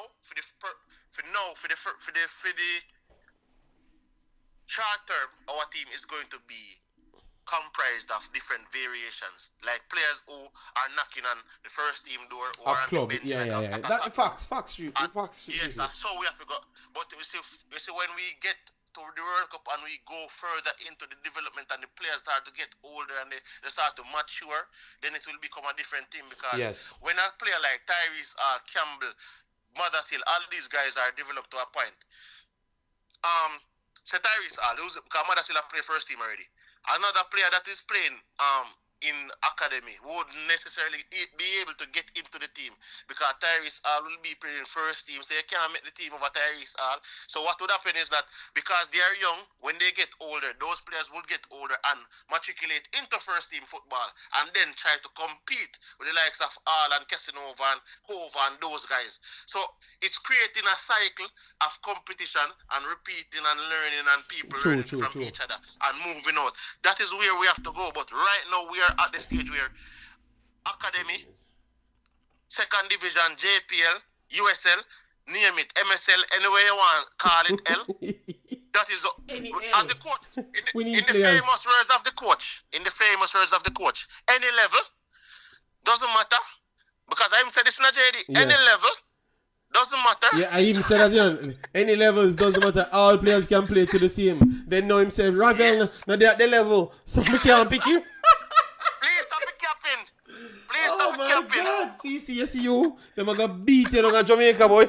You come on go against the big bad coach and the big bad JFF. But as I said before, them can't sue you though. Them have to just beat you up because them can't sue you. Because I didn't say it. This is facts. Any level. That's what we can use the accent. Any level We can't say the accent. For Yes, he said any level, everybody can play together, but boy, I'm not select it because not. All right, CC, big up yourself. Me have a run big boss, all right? Big up yourself. Yeah, CC brought up a good point. The coach did say any level him can pick player from. But no, I tell Ravel, say, your brother, you have to be playing at a higher level, you know, man. You know, that just... that just sound bad. Yes, Demo, yes, we started around 3 hours now, so I'm gonna run off. Let me see if you guys gave me the 200 likes, because if you pass that, I have to say respect. Let me check it first. How much we are on? If we pass 200, massive respect. And I think someone texted me and asked me about if they became a member. I am going to check it. I'm going to check it, people. Just give me a little time. Let me check first to see how much likes on this damn video. So I know if we pass 200. All right. So we have supposed to pass 200. Let me see. All right, 238. Thanks very much, people, for the continuous support. All right, Mother still is not on it. We don't know if it's his documentation or the coach just picked a bunch of players first. We're in England and he wanted to bring the local guys in because he gave a statement similar to that part. So we don't know. The coach never cleared up everything, and that's why we said, Travis, other people listening what the coach saying, and it's hard for them to take it. If they don't take it serious, if they don't take it serious, they will be okay. But once they do take it serious, they will want to ask what direction Jamaica going in. So that's why we are here trying to get a little more clarity on it. Yeah, and we did a good job, I want to say. So Nigeria squad is this Stanley and Bali. Pastor, I can't take no more call, Pastor. Me can't take the call, Pastor, because I'm going to leave out now. In the middle of the show then, because I'm going to be late. Pastor, sorry about that, big boss, but I can't take the call again because me run out. So people, take care. Pastor the call. Me no want, because if Pastor start talk, I can't go no further. I have to just mash up my computer, alright? I don't want to mash up my computer because I'm half left for my kid. So I can't even finish my statement again. I just leave because I don't want Pastor think I disrespect him because Pastor my virgin, alright? So people, want to take care. This is a squad, and Stanley, Nigeria, main goalkeeper. Okay, Amas, those are the 3 goalkeepers. Then you have Bruno, one of the main players, them. Ajayi, one of the main defenders, them. Ogbu, Ifiani, Duka. Then you have Sadiq, a player that was always around the team, Agu, and Walu. And then in midfield, you have the bigger name, Ndidi, Onyeka, Uchi, Papa. Those are you, Papa and Uchi, them. Those are one of them coming in. Savio, Isaac, in the team as well. Chukwueze, Moses, you guys know them. In the Kelechi, Iheanacho, you guys know him. Teller, coming on the block. This year, Talo, Musa, Alimi, and Adama. Those are the guys. I wanted to set the stage, but if I leave, Pastor, I think I diss him, so I'm done, people. Alright? So it shows you that these guys are still taking it serious because they need to beat Ghana. The jollof rice contest still reigns supreme, and Nigeria want to beat Ghana. Alright? So next one, I'm going to put Ghana squad, Nigeria squad, Jamaica squad, and Trinidad squad, and then we will talk about who will be winning it. But I'm going to run out of the place. Alright? Yes. Yeah, Nigeria squad looks good. I think they're going to start a good amount of players because Chukwueze will start on the right, Moses on the left, and Iheanacho in the middle. It can rotate because... No, I think it's not going to rotate. Iheanacho will be the striker.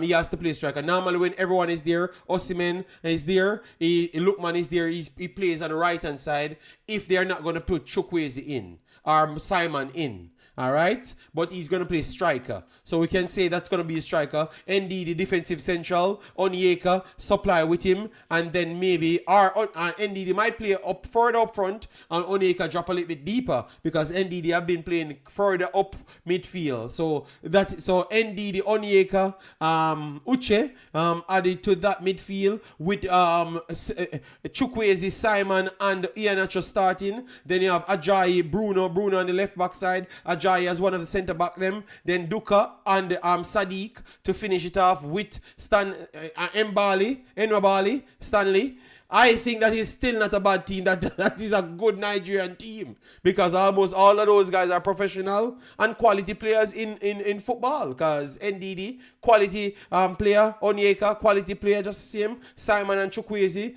borderline players that can blow up anytime. Iheanacho had his time, and Stanley is a good goalkeeper, and Ajayi with Bruno, those are all good players. All right, man, we will beat Nigeria. All right, Omzo, let me click that part. Just say we are beat Nigeria. All right, nice. Hopefully we get to play Nigeria. You know, that is one of the first things as well. You know, they trash at the moment. Oh God. All right. All right, people. Take care, Pastor. I never the beef. May I leave out now. So people, thanks for the likes. Thanks for the conversation. I think we have hit almost every point. They said that I've missed out Cranky's point, so I might start the next show with Cranky's point, you know? So people don't say that I'm stretching out the press conference too much. It's because I don't have enough time. All right? Because I gave people a chance to speak and I went through everything. All right? So take care. See you in the next one. Bye-bye.